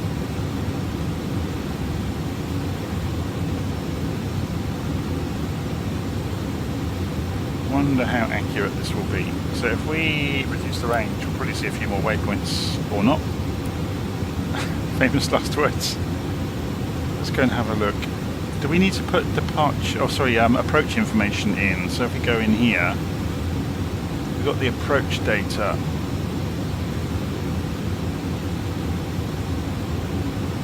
Yeah, it's not as accurate as the modern Airbuses, where you can put in all of the weather factors.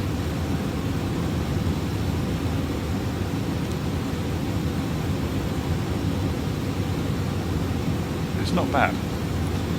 Something we will need to do when we start descending is find out the weather for Norman Manley. So if we go and find that out now, so if we open the airport up and go to the weather for Norman Manley, we've got 1012 hectopascals. It's almost standard barometric pressure. It's 0.1 off of it, look. 0.01 even. No, 0.1. Yeah.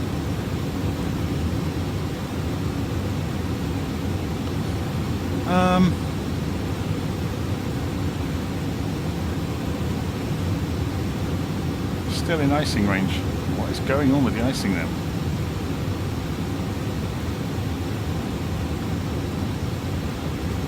funny, I always say this, don't I? We're obsessing inside the cockpit over flying the aeroplane somewhat accurately, and outside there's these wonderful views whistling past.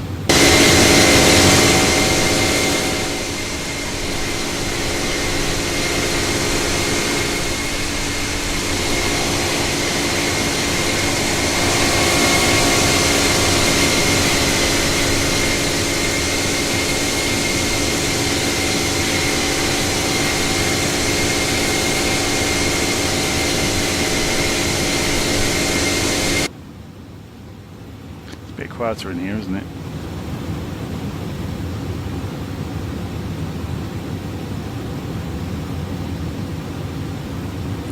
So let's have a look around the cockpit. So what views do they give you out of the box? Shift 1, no. So that's the normal shift space view. Shift 1, Shift 2, Shift 3, Shift 4, Shift 5, Shift 6, Shift 7, Shift 8. They don't really make much sense, do they? So the ones I've configured as default views, or sorry, as custom views, Alt 1, Alt 2, Alt 3, Alt 4, Alt 5, Alt 6, and then Alt 7 is going to be the head tracking. So those are the 6 views that I've configured that are useful during the startup sequence.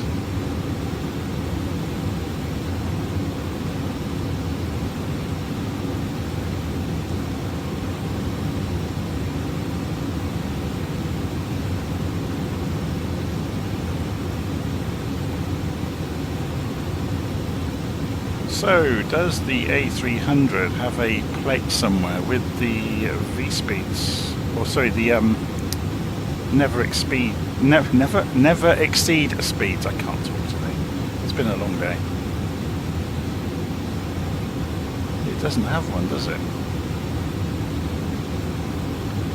We need a pilot operating handbook. Quickly.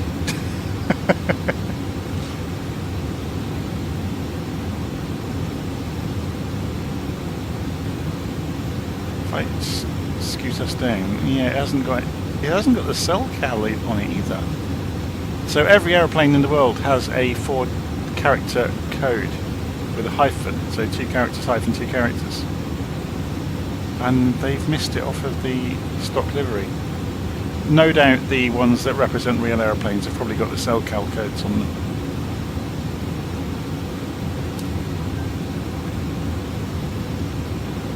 So normally you'd have the tail number and then the cell cal code.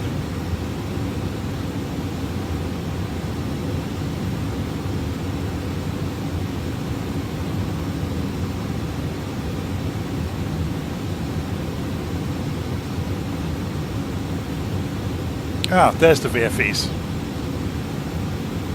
They were hiding. I was expecting to see them on a plate over here. They're hiding in between the flaps and the slats indicators. So flaps shouldn't extend them until we're below 250 knots. So 15 degrees at 215 knots, 20 degrees 205 knots. That's pretty straightforward. And 175 for full flaps.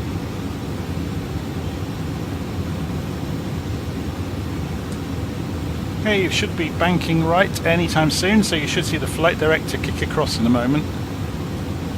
So flight director, yeah, there we go, look. Flight director figures out what to do to go the direction we want to go. The autopilot does what the flight director says. So right a bit, left a bit, down a bit, and so on.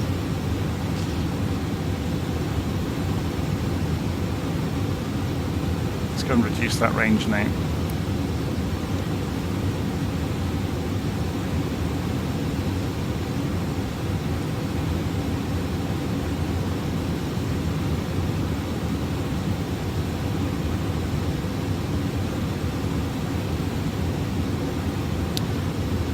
So something I've seen a few of the professional pilots talk about that's interesting is the lights. Never go by the lights to understand what mode you are operating the airplane in. always go Virtual by... 073, contact Kingston Center on 125.4. Contacting Kingston Center 125.4, virtual 073. Good day. So we're going to get our story straight now to hopefully save this from having no ATC on approach. So we're going into Norman Manley. We are doing the ELSA 5 star. Okay. Kingston Center, virtual 073 with you, flight level 280, en route to Norman Manley, Jamaica, expecting the ELSA 5 star.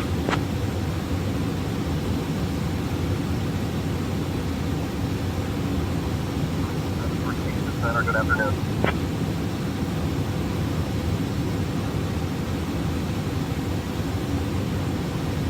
Yeah, they've got the name of that wrong, look.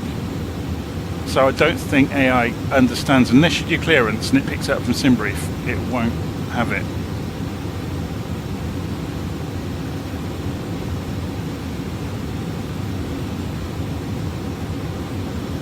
Let's try that again with them, just to confirm it with them. Kingston Center, virtual 073, confirming, expecting the ELSA 5 star into Norman Stanley, runway 12.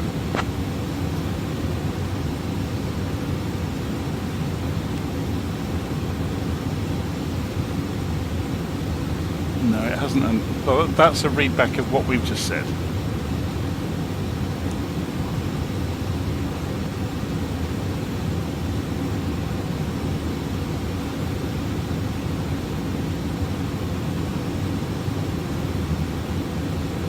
And they're not coming back to us. Oh well. But this is all the fallout of me not doing clearance and just wondering if I could get ATC to pick me up halfway.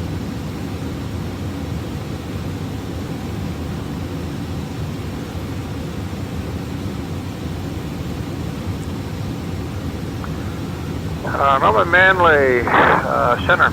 American 1400, good morning. Looking for an IFR from Norman Manley up to Miami.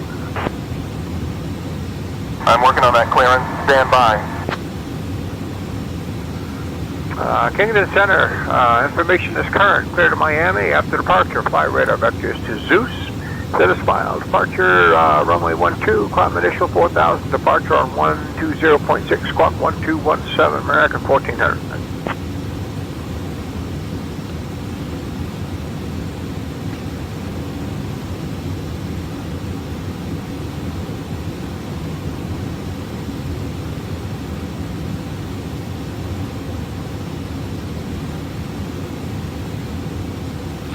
I wonder if I ask it for IFR flight following and tell it the star, if it will understand.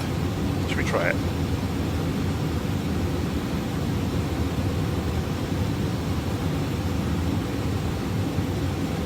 Kingston Center, virtual 073, requesting flight following for the ELSA 5 star into Norman Manley, runway 12.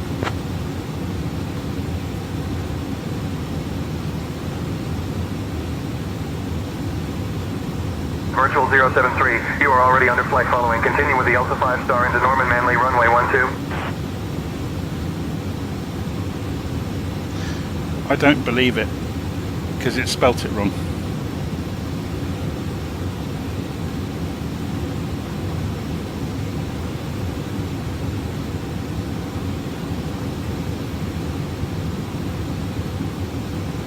Anyway, regardless of what happens with that, let's go and have a look and see what the constraints are. Because there are so many on here, it's a bit jumbled up, isn't it? But you can read the instructions here as well. So it wants us down. So have a look here. Sometimes LittleNavMap is easier actually to read than Navigraph. So here's ELSA 5. And there are no altitude restrictions on the way in. Okay. So it's just a timing issue as to how close you think you can get before you need to descend. So let's take ourselves down to 10,000 feet. Kingston Centre, Virtual 073, requesting descent to 10,000 feet.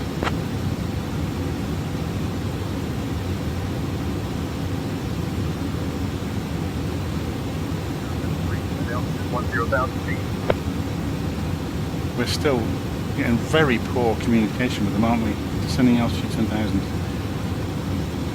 You could just about hear them.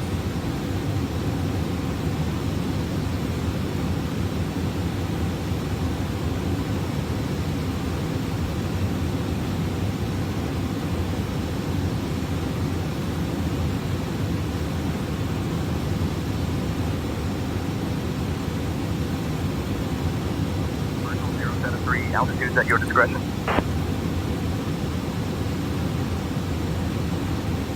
Kingston Centre, Virtual 073, descending to 10,000 feet.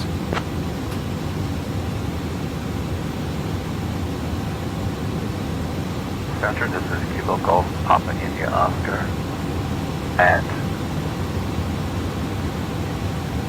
2,700 feet, requesting flight following. Islander, Kilo Golf, Papa India Oscar, Kingston Center, Squawk, 35129. Look how quickly it comes down on a flight level change. If we do a profile descent, Papa India Oscar. what will it do? Islander, Papa India Oscar, radar contact QNH 1011. See, it's well below where it needs to be, so we'll just do level change, which means it will go maximum descent rate in the configuration of the aircraft, which means we get to do some sightseeing as well. Because we are falling out of the sky towards the island of Jamaica, and we'll be low enough to actually see something when we get there.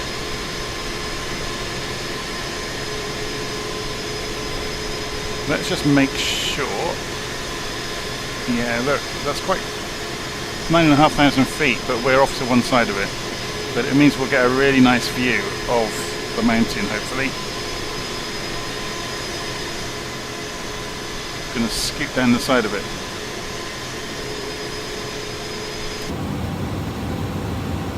And we can turn the anti-ice off now.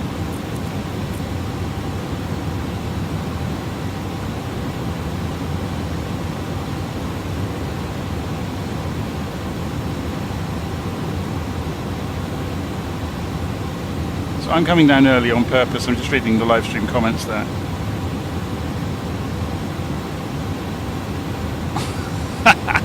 Someone said is it Northwood Central Dave said all the T-trolleys have just crashed into the cockpit door. Yep. Or the staff that are going the other way up the aircraft. Should we go and set the decision height? So let's go and have a look. These staff walking the other way are going uphill. Let's go and look at the ILS chart.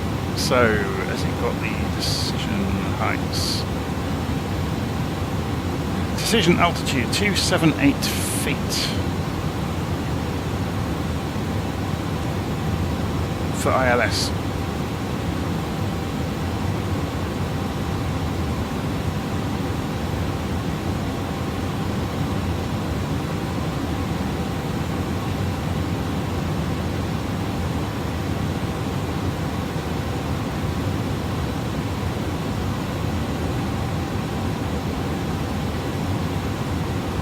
Unfortunately, I think these clouds are going to be right at about our initial descent altitude. We're going to be in them. So what's the transition altitude? It's 17,000 feet again. So we did say, didn't we? We checked 1012. Which is almost the same. So 2 clicks on the altimeter. Hardly any change whatsoever.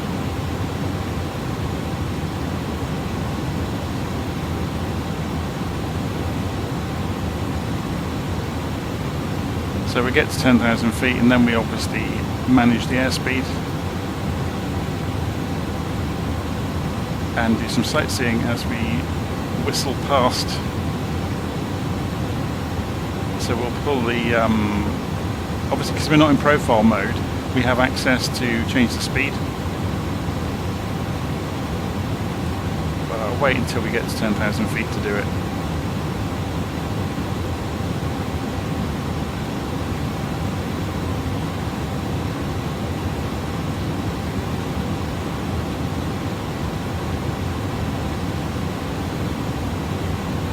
I wonder with all of these advances in AI, if they'll ever be able to make the co-pilot have a conversation with you en route. It'd be quite good fun, wouldn't it? For them to actually have a personality or a character and have different co-pilots having different characters. I mean, it's probably possible now, it's just a case of, you know, where do they want to invest their efforts?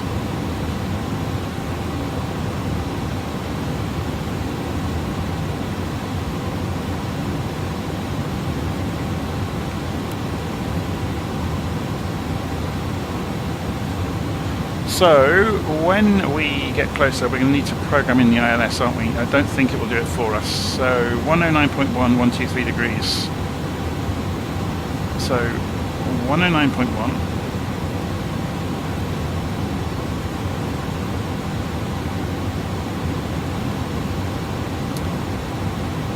And 123 degrees on the course.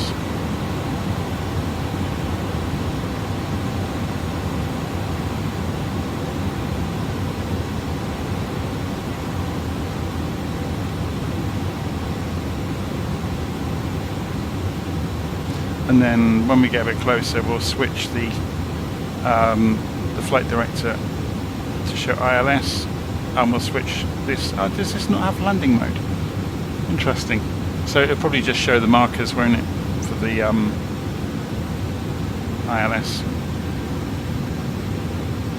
So there's the hills. There's the 9,500 foot peak, I think. Just having a little look on here. We're just coming in, so it'll be off to our right. So we are at 10,000 feet, so let's get the speed down now to 250.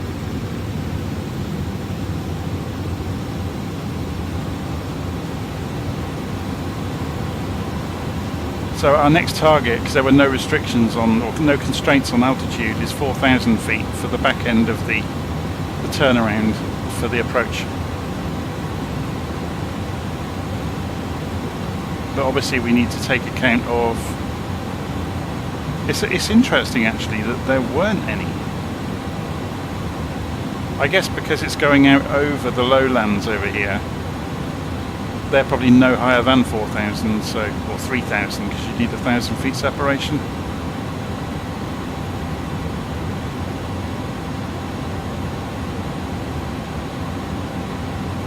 So speed is falling off, look, we're just gliding back to 250. You'll see the throttles come back up, they're coming up now, look,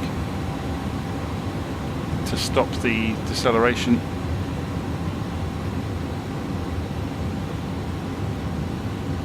It's pretty good as it, isn't it? So now we are at 10,000 feet, we'll go and put the landing lights on, ready to descend below 10,000 feet. We'll tell everybody to go and sit down, shall we? Should probably have done that before we did our crazy descent a few minutes ago.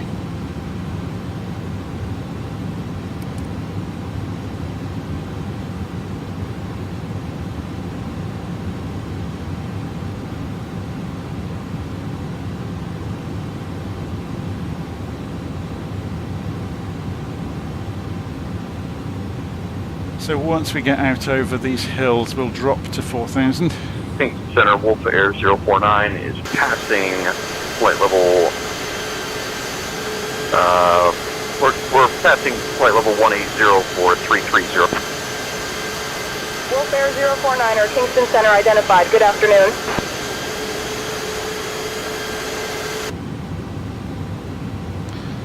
Does the airport, Norman Manley, does it have approach? No. Oh, it does, yeah. So I'm going to switch frequencies and see if they understand who we are, what we're doing. Kingston Centre, Virtual 073, going to Norman Stanley approach.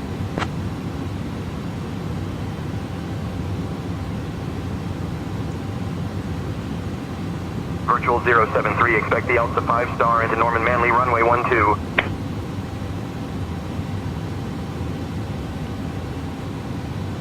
Yeah, he's still got the name wrong. He's making that up. Expecting the Elsa 5-star into Norman Manley, runway 12, Virtual 073. I'm going to change frequencies.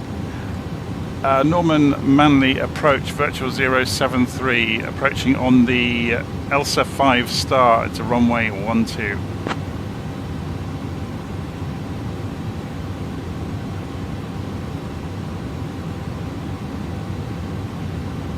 Virtual 73, Manley departure. Good evening, Bath, QNH 1011. Copy meta information, Virtual 073.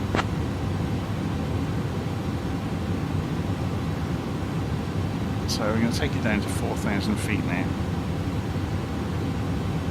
Should we try, just so we've tried everything in the book, we're going to... Oh, will it let us? There we go. So we come down at, say, 2,000 feet or 1,800 feet a minute, which aeroplanes should be able to get away with. Reduce the range on the navigation display so we can see what we're doing. You can see there's the marker. Yeah, we don't need that amount of descent rate.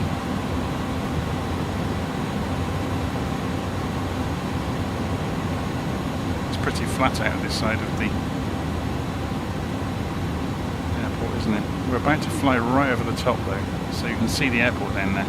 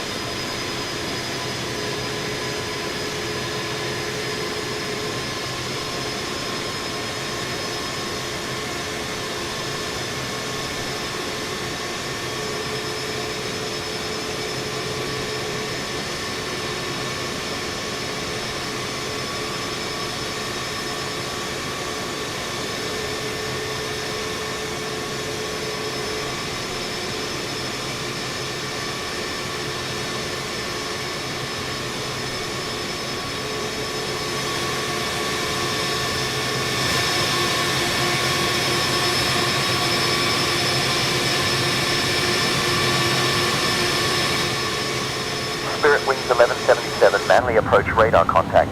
Turn left, heading 350 vectors to Bordeaux. After that, you can resume on navigation. Do we have any speed After that, restrictions? we can resume our navigation to Building 1177. Doesn't look like it, does it? Spirit Wings 1177, climb and maintain flight level 170. Climb and maintain flight level 170. Spirit Wing 1177.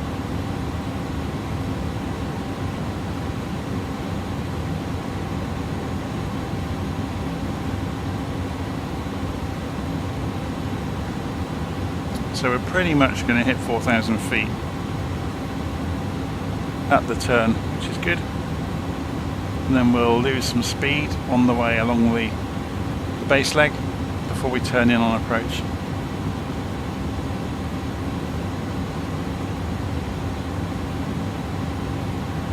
Did we just have a cloud pass through the cockpit? I love it when things go wrong.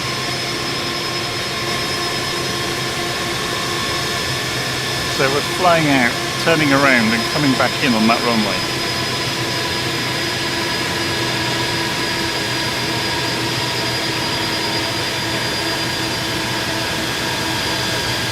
landing lights are extended and on.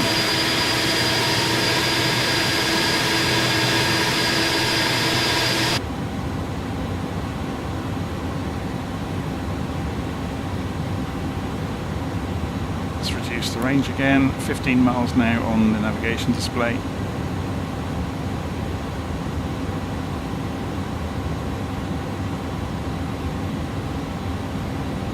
I'd forgotten how much fun this aeroplane is to fly. It's just that a little bit more manual than some of the others, which I think is great. Gives you something to do, keeps you busy.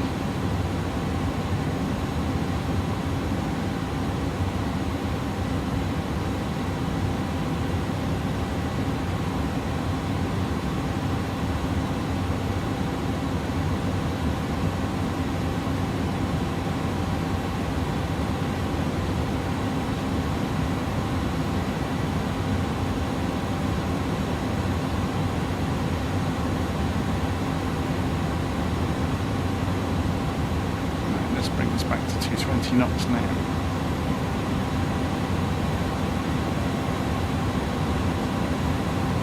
And we'll remind ourselves of the V-speed limits. 15 degrees flaps is 215 knots. So if we target 210 knots before we start turning, we'll start to use the flaps, and that will help us slow down as well. So here comes our target altitude.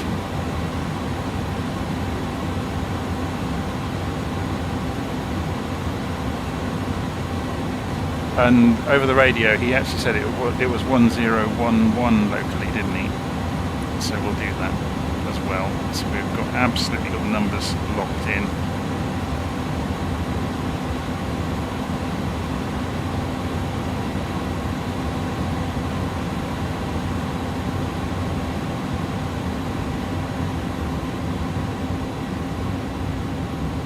So if we drop this to 210 knots, and that gets us within the realms to go to flaps 15, way before we need to, should we choose to. It would be interesting as well. JetBlue 1676, climb flight level 300. See, at the moment flight director is using... Flight level 300, JetBlue 1676. At the moment flight director is using nav.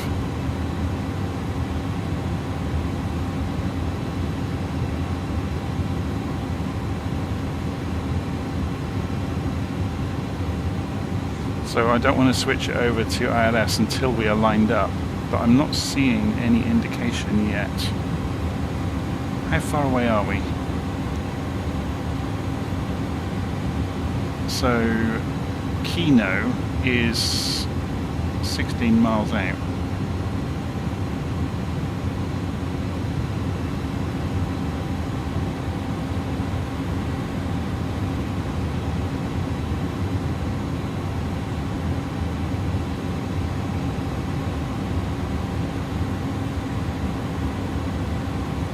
I'm going to go for 15 degrees flaps. And you can see, look, the ribbon has come up there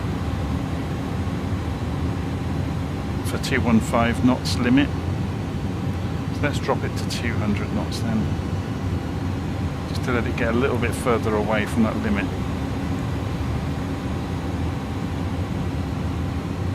And let it get stable before it begins the right turn.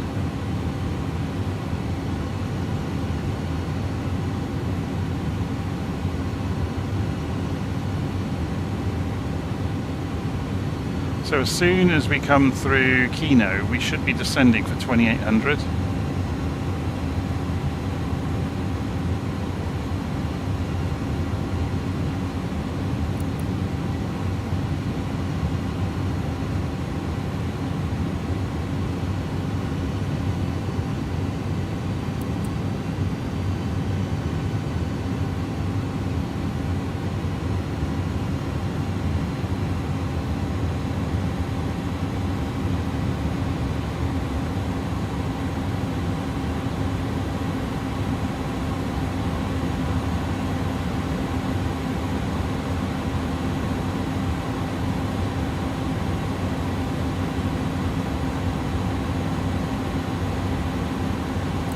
I'm going to let it do a level change because then I get to control the speed. If I leave it on profile, I don't get to play with the speed.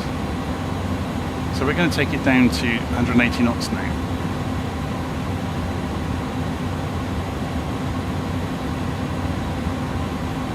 Should we let it help it do it?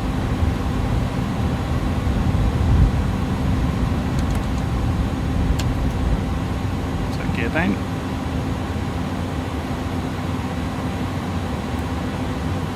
And here comes the glide slope. So, do we have a specific approach mode? Don't think we do. We got VOR lock, which is probably the same thing. Yeah, it's working, look.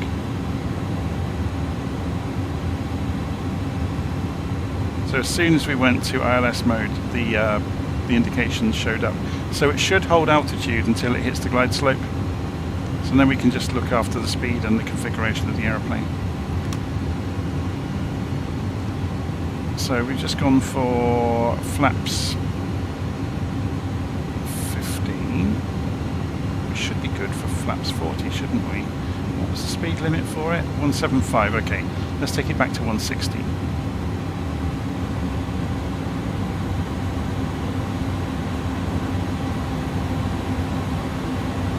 I think it's a slightly offset approach. Let's go and have a quick look. Jamaica 601 climbing 2,500 for 4,000. Yeah. Or maybe not. Family departure, hello, Jamaica 601 reaching 4,000. Jamaica 601, roger. Departure, Jamaica 601, request direct radar. This hasn't. It's missed the approach. I'm going to turn the autopilot off.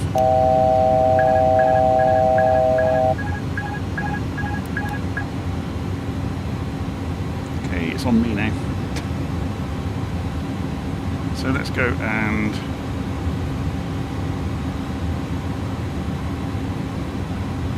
sit myself up a little bit in the cockpit.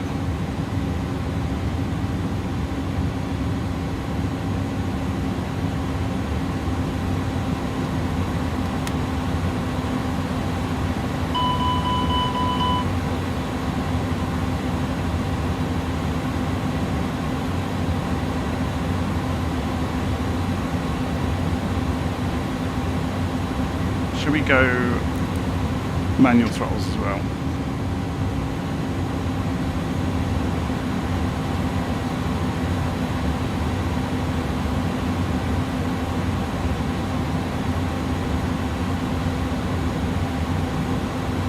So we're just pulling it back down onto the glide slope, keeping an eye on the speed as we do so in case we need any spoilers. Yeah, this does handle like a grand piano. Look at the control inputs. Quite amusing, isn't it? Coming down onto the glide slope, you can see it's an offset localizer because we're lined up, but it's showing off to one side. Look, so we'll just use the visual here on the runway now. You can see the Pappies broadly agree with the oh, we got a wicked side wind, but crosswind, I should say. So it got us lined up and we started being pushed sideways alarmingly. So we're now aiming out over there.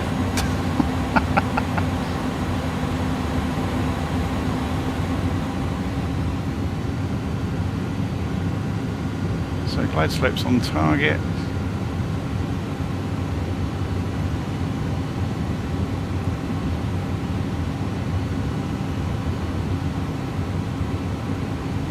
Being pushed right again, a little bit low.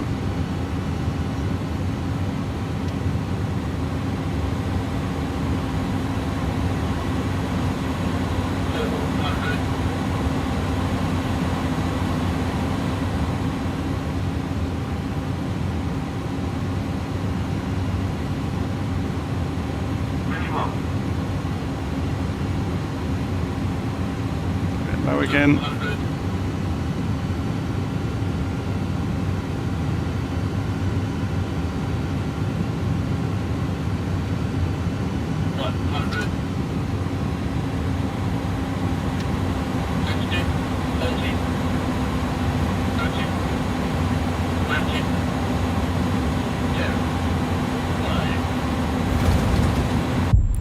Whoa. What happened? I don't understand. I just put the gear back down. Is that a fault with the airfield?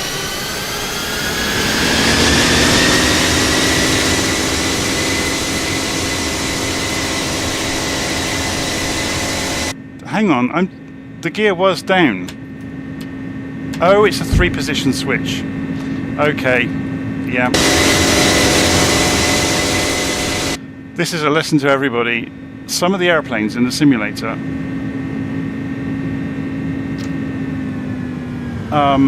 do this.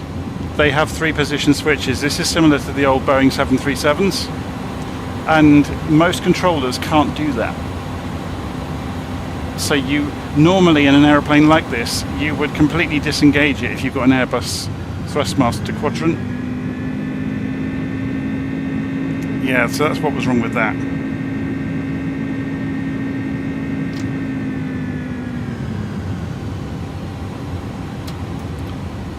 So look, I've just put my gear down and it hasn't. If I do it again, so I pushed them up and it didn't go up either.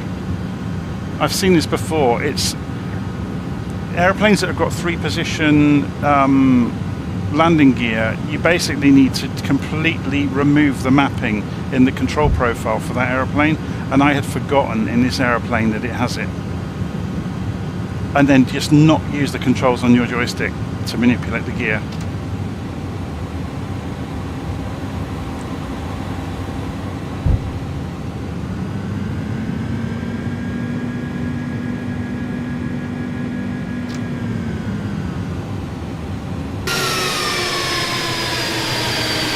And the flaps haven't configured either. So I've just commanded the flaps to come back out.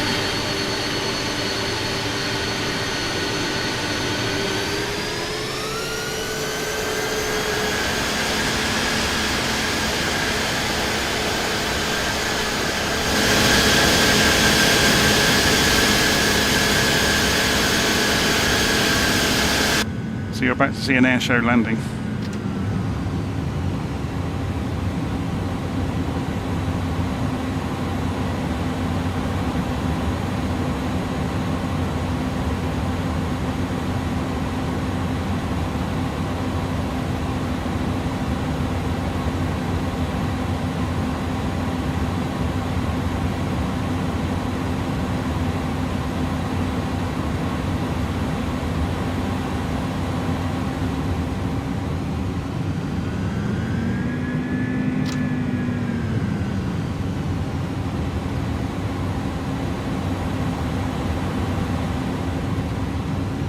Notice as well, because it had weight on wheels, it's wiped out all of the information, although I suppose it's crashed the aeroplane, hasn't it? So it's wiped out all of our guidance system information as well. Yeah, look, the FGCP's wiped itself as well. Well, that was frustrating. So lesson number 1, I'll put a note on it at the top of the procedure document saying be very aware that it's a 3-position switch and it won't work with your controls unless you've got a Boeing 3-position controller.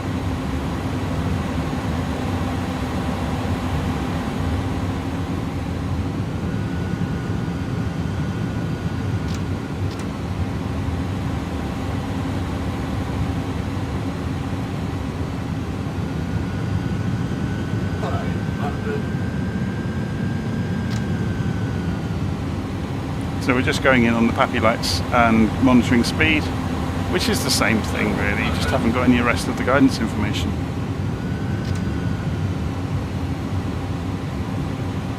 Delta 1906 Manly approach, contact Manly Tower on 118.65.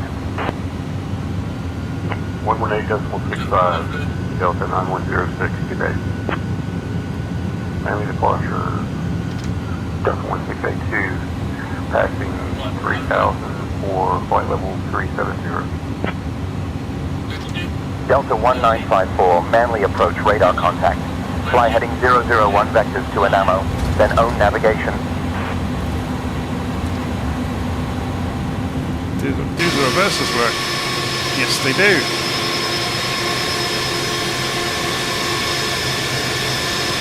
Very good.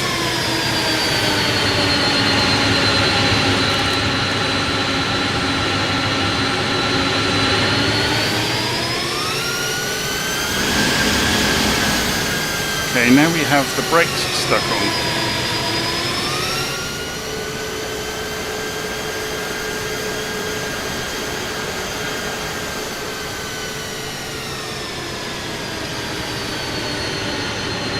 So that was unintentionally interesting. So I have a lot to do actually on that document to put things in that were missing and to improve it. I could improve it substantially from the state it's in at the moment. So I think that's what I may well do as soon as I finish the flight. And go and put some notes in. Not only about programming Simbrief, I'll put two sections in the flight planning, one about programming by hand and one about programming with Simbrief.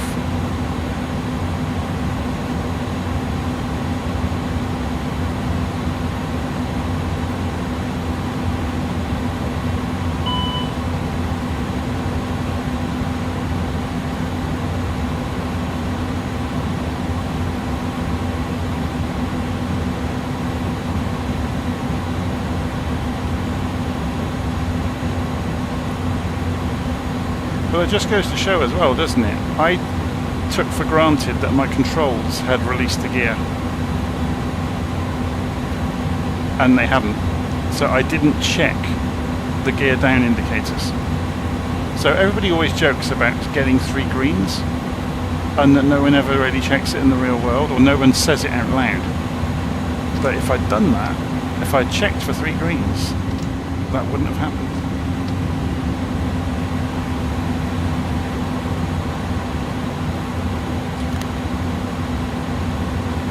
So, we're back on the ground. We can actually cheat in the Inibuids aeroplanes to shut the aeroplane down. Well, not cheat, but we can shortcut things. We can say, give us a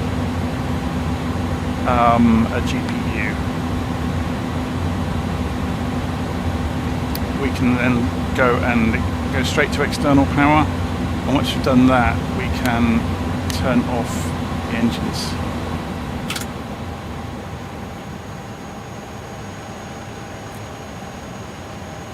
I wondered if that was going to happen. That's quite amusing, isn't it? It's almost hit the aeroplane.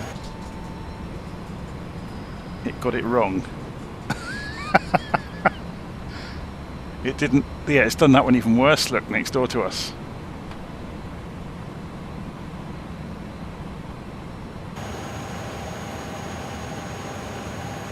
Interesting. So, back on the ground, so we can go and Flying turn 1 the vector flaps off. 2 in ammo and on navigation. Delta 1954. Delta 1954, contact Kingston Center on 125.4. So yeah, ATC never picked us up. I don't know if you noticed that, because we missed that clearance early on. So it pretended to know what we were doing, it never did. So even flight following, it should have passed us on, and it didn't. So of course all the switches are going to be in strange places because the airplane hit the deck. So it reset everything.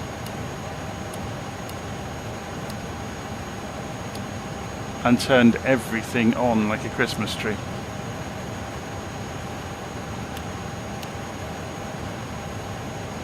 Focus Alt and 1.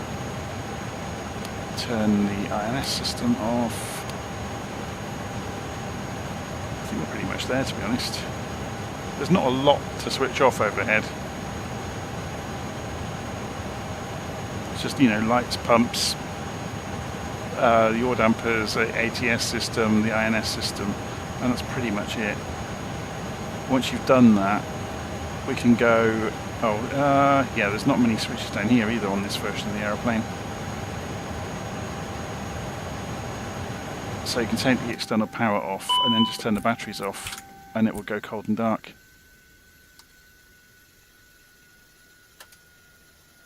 There we go. So yes, I'm going to go and update the document and put some reminders in, some pretty strong reminders about that switch. It'll be the same story, to be honest, with the PMDGs when they arrive. The 737s have got the same three-way switch, and that's what's kind of interesting about these. You can see the evolution of thought about the various systems, and so yeah, the quadrant in this is similar to a Boeing quadrant, and obviously later on they changed and did away with this layout completely in the Airbuses.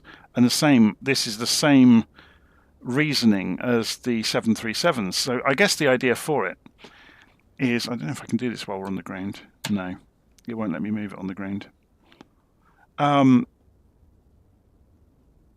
lift it up to raise the gear, and then once it's raised, you put it back in the center, and it relaxes the hydraulic system on all of the rams on the gear, so you don't put pressure on the valves all the time and the seals. So you only, you command it to lift the gear and then put it in the middle.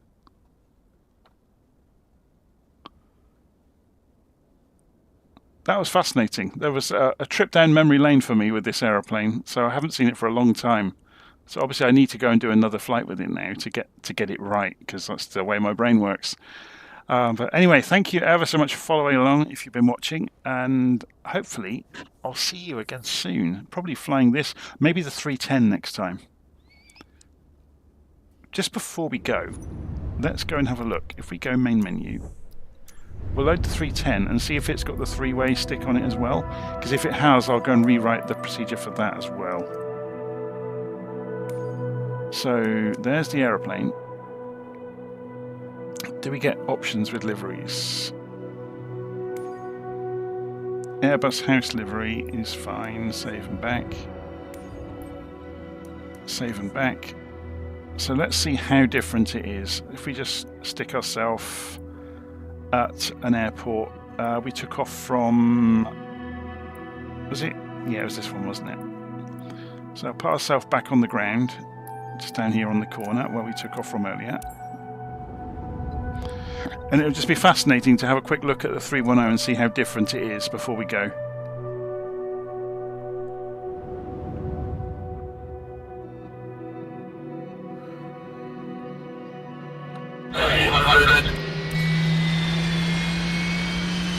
Let me just shut down say intentions so it doesn't get confused. So this obviously is an Asobo one, so it's got some of the... It appears to only have chocks. It doesn't have any other things to meddle with. So Shift C.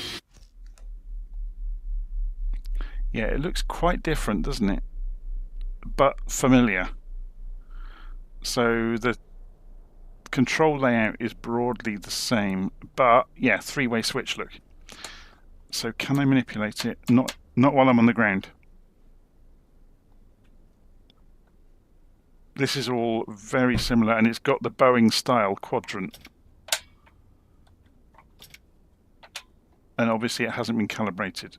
So let's go and have a look at doing that just before we go. I'm going to turn off head tracking because it's drifting.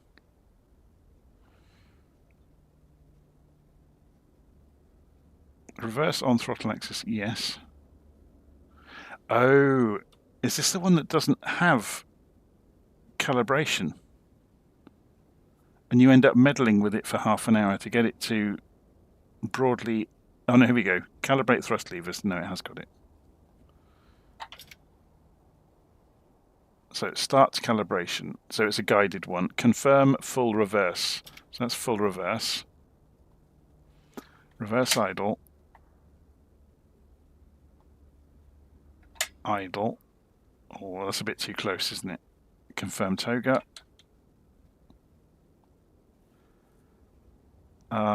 Save.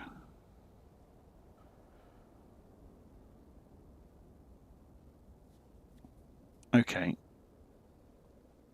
So then that should agree with the controller now. So if I try that, so I can go reverse and through to max. And they both work independently. Great. So yeah, it's very, very similar to the 300, but there's just a lot of bits and pieces that are slightly different. They may have brought them in line, of course, since I last saw it. There's the state change. So ground services is very different. I don't think it has...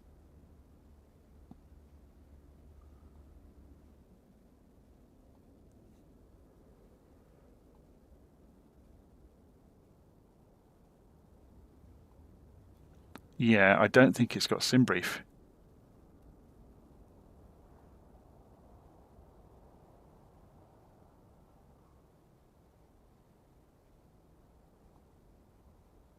You would have to use the simulator, unless it's in here somewhere.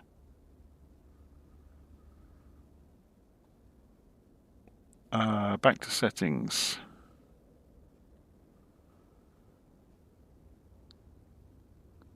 So we can put iOS alignment on instant. I don't think it's got Simbrief integration, you know.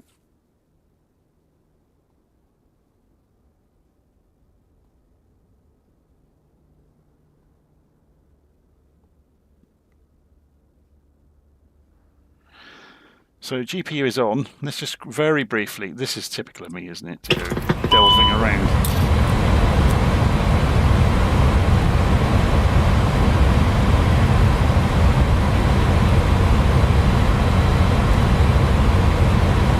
It's there.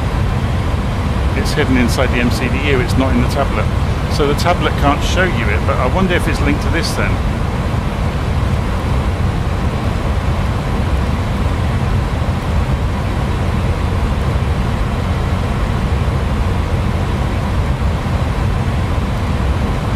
That's got the route. Is then this reflected? Yes. Okay, so it's just all a bit backwards.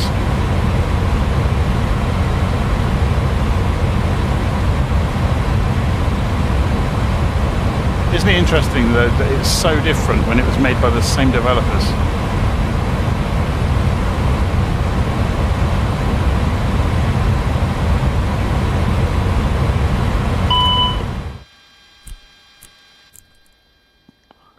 Anyway, I'm going to leave it there, otherwise I'm going to be here all night doing the whole flight again, and I want to go and get the document updated first. So I will see you all again very soon. Take care.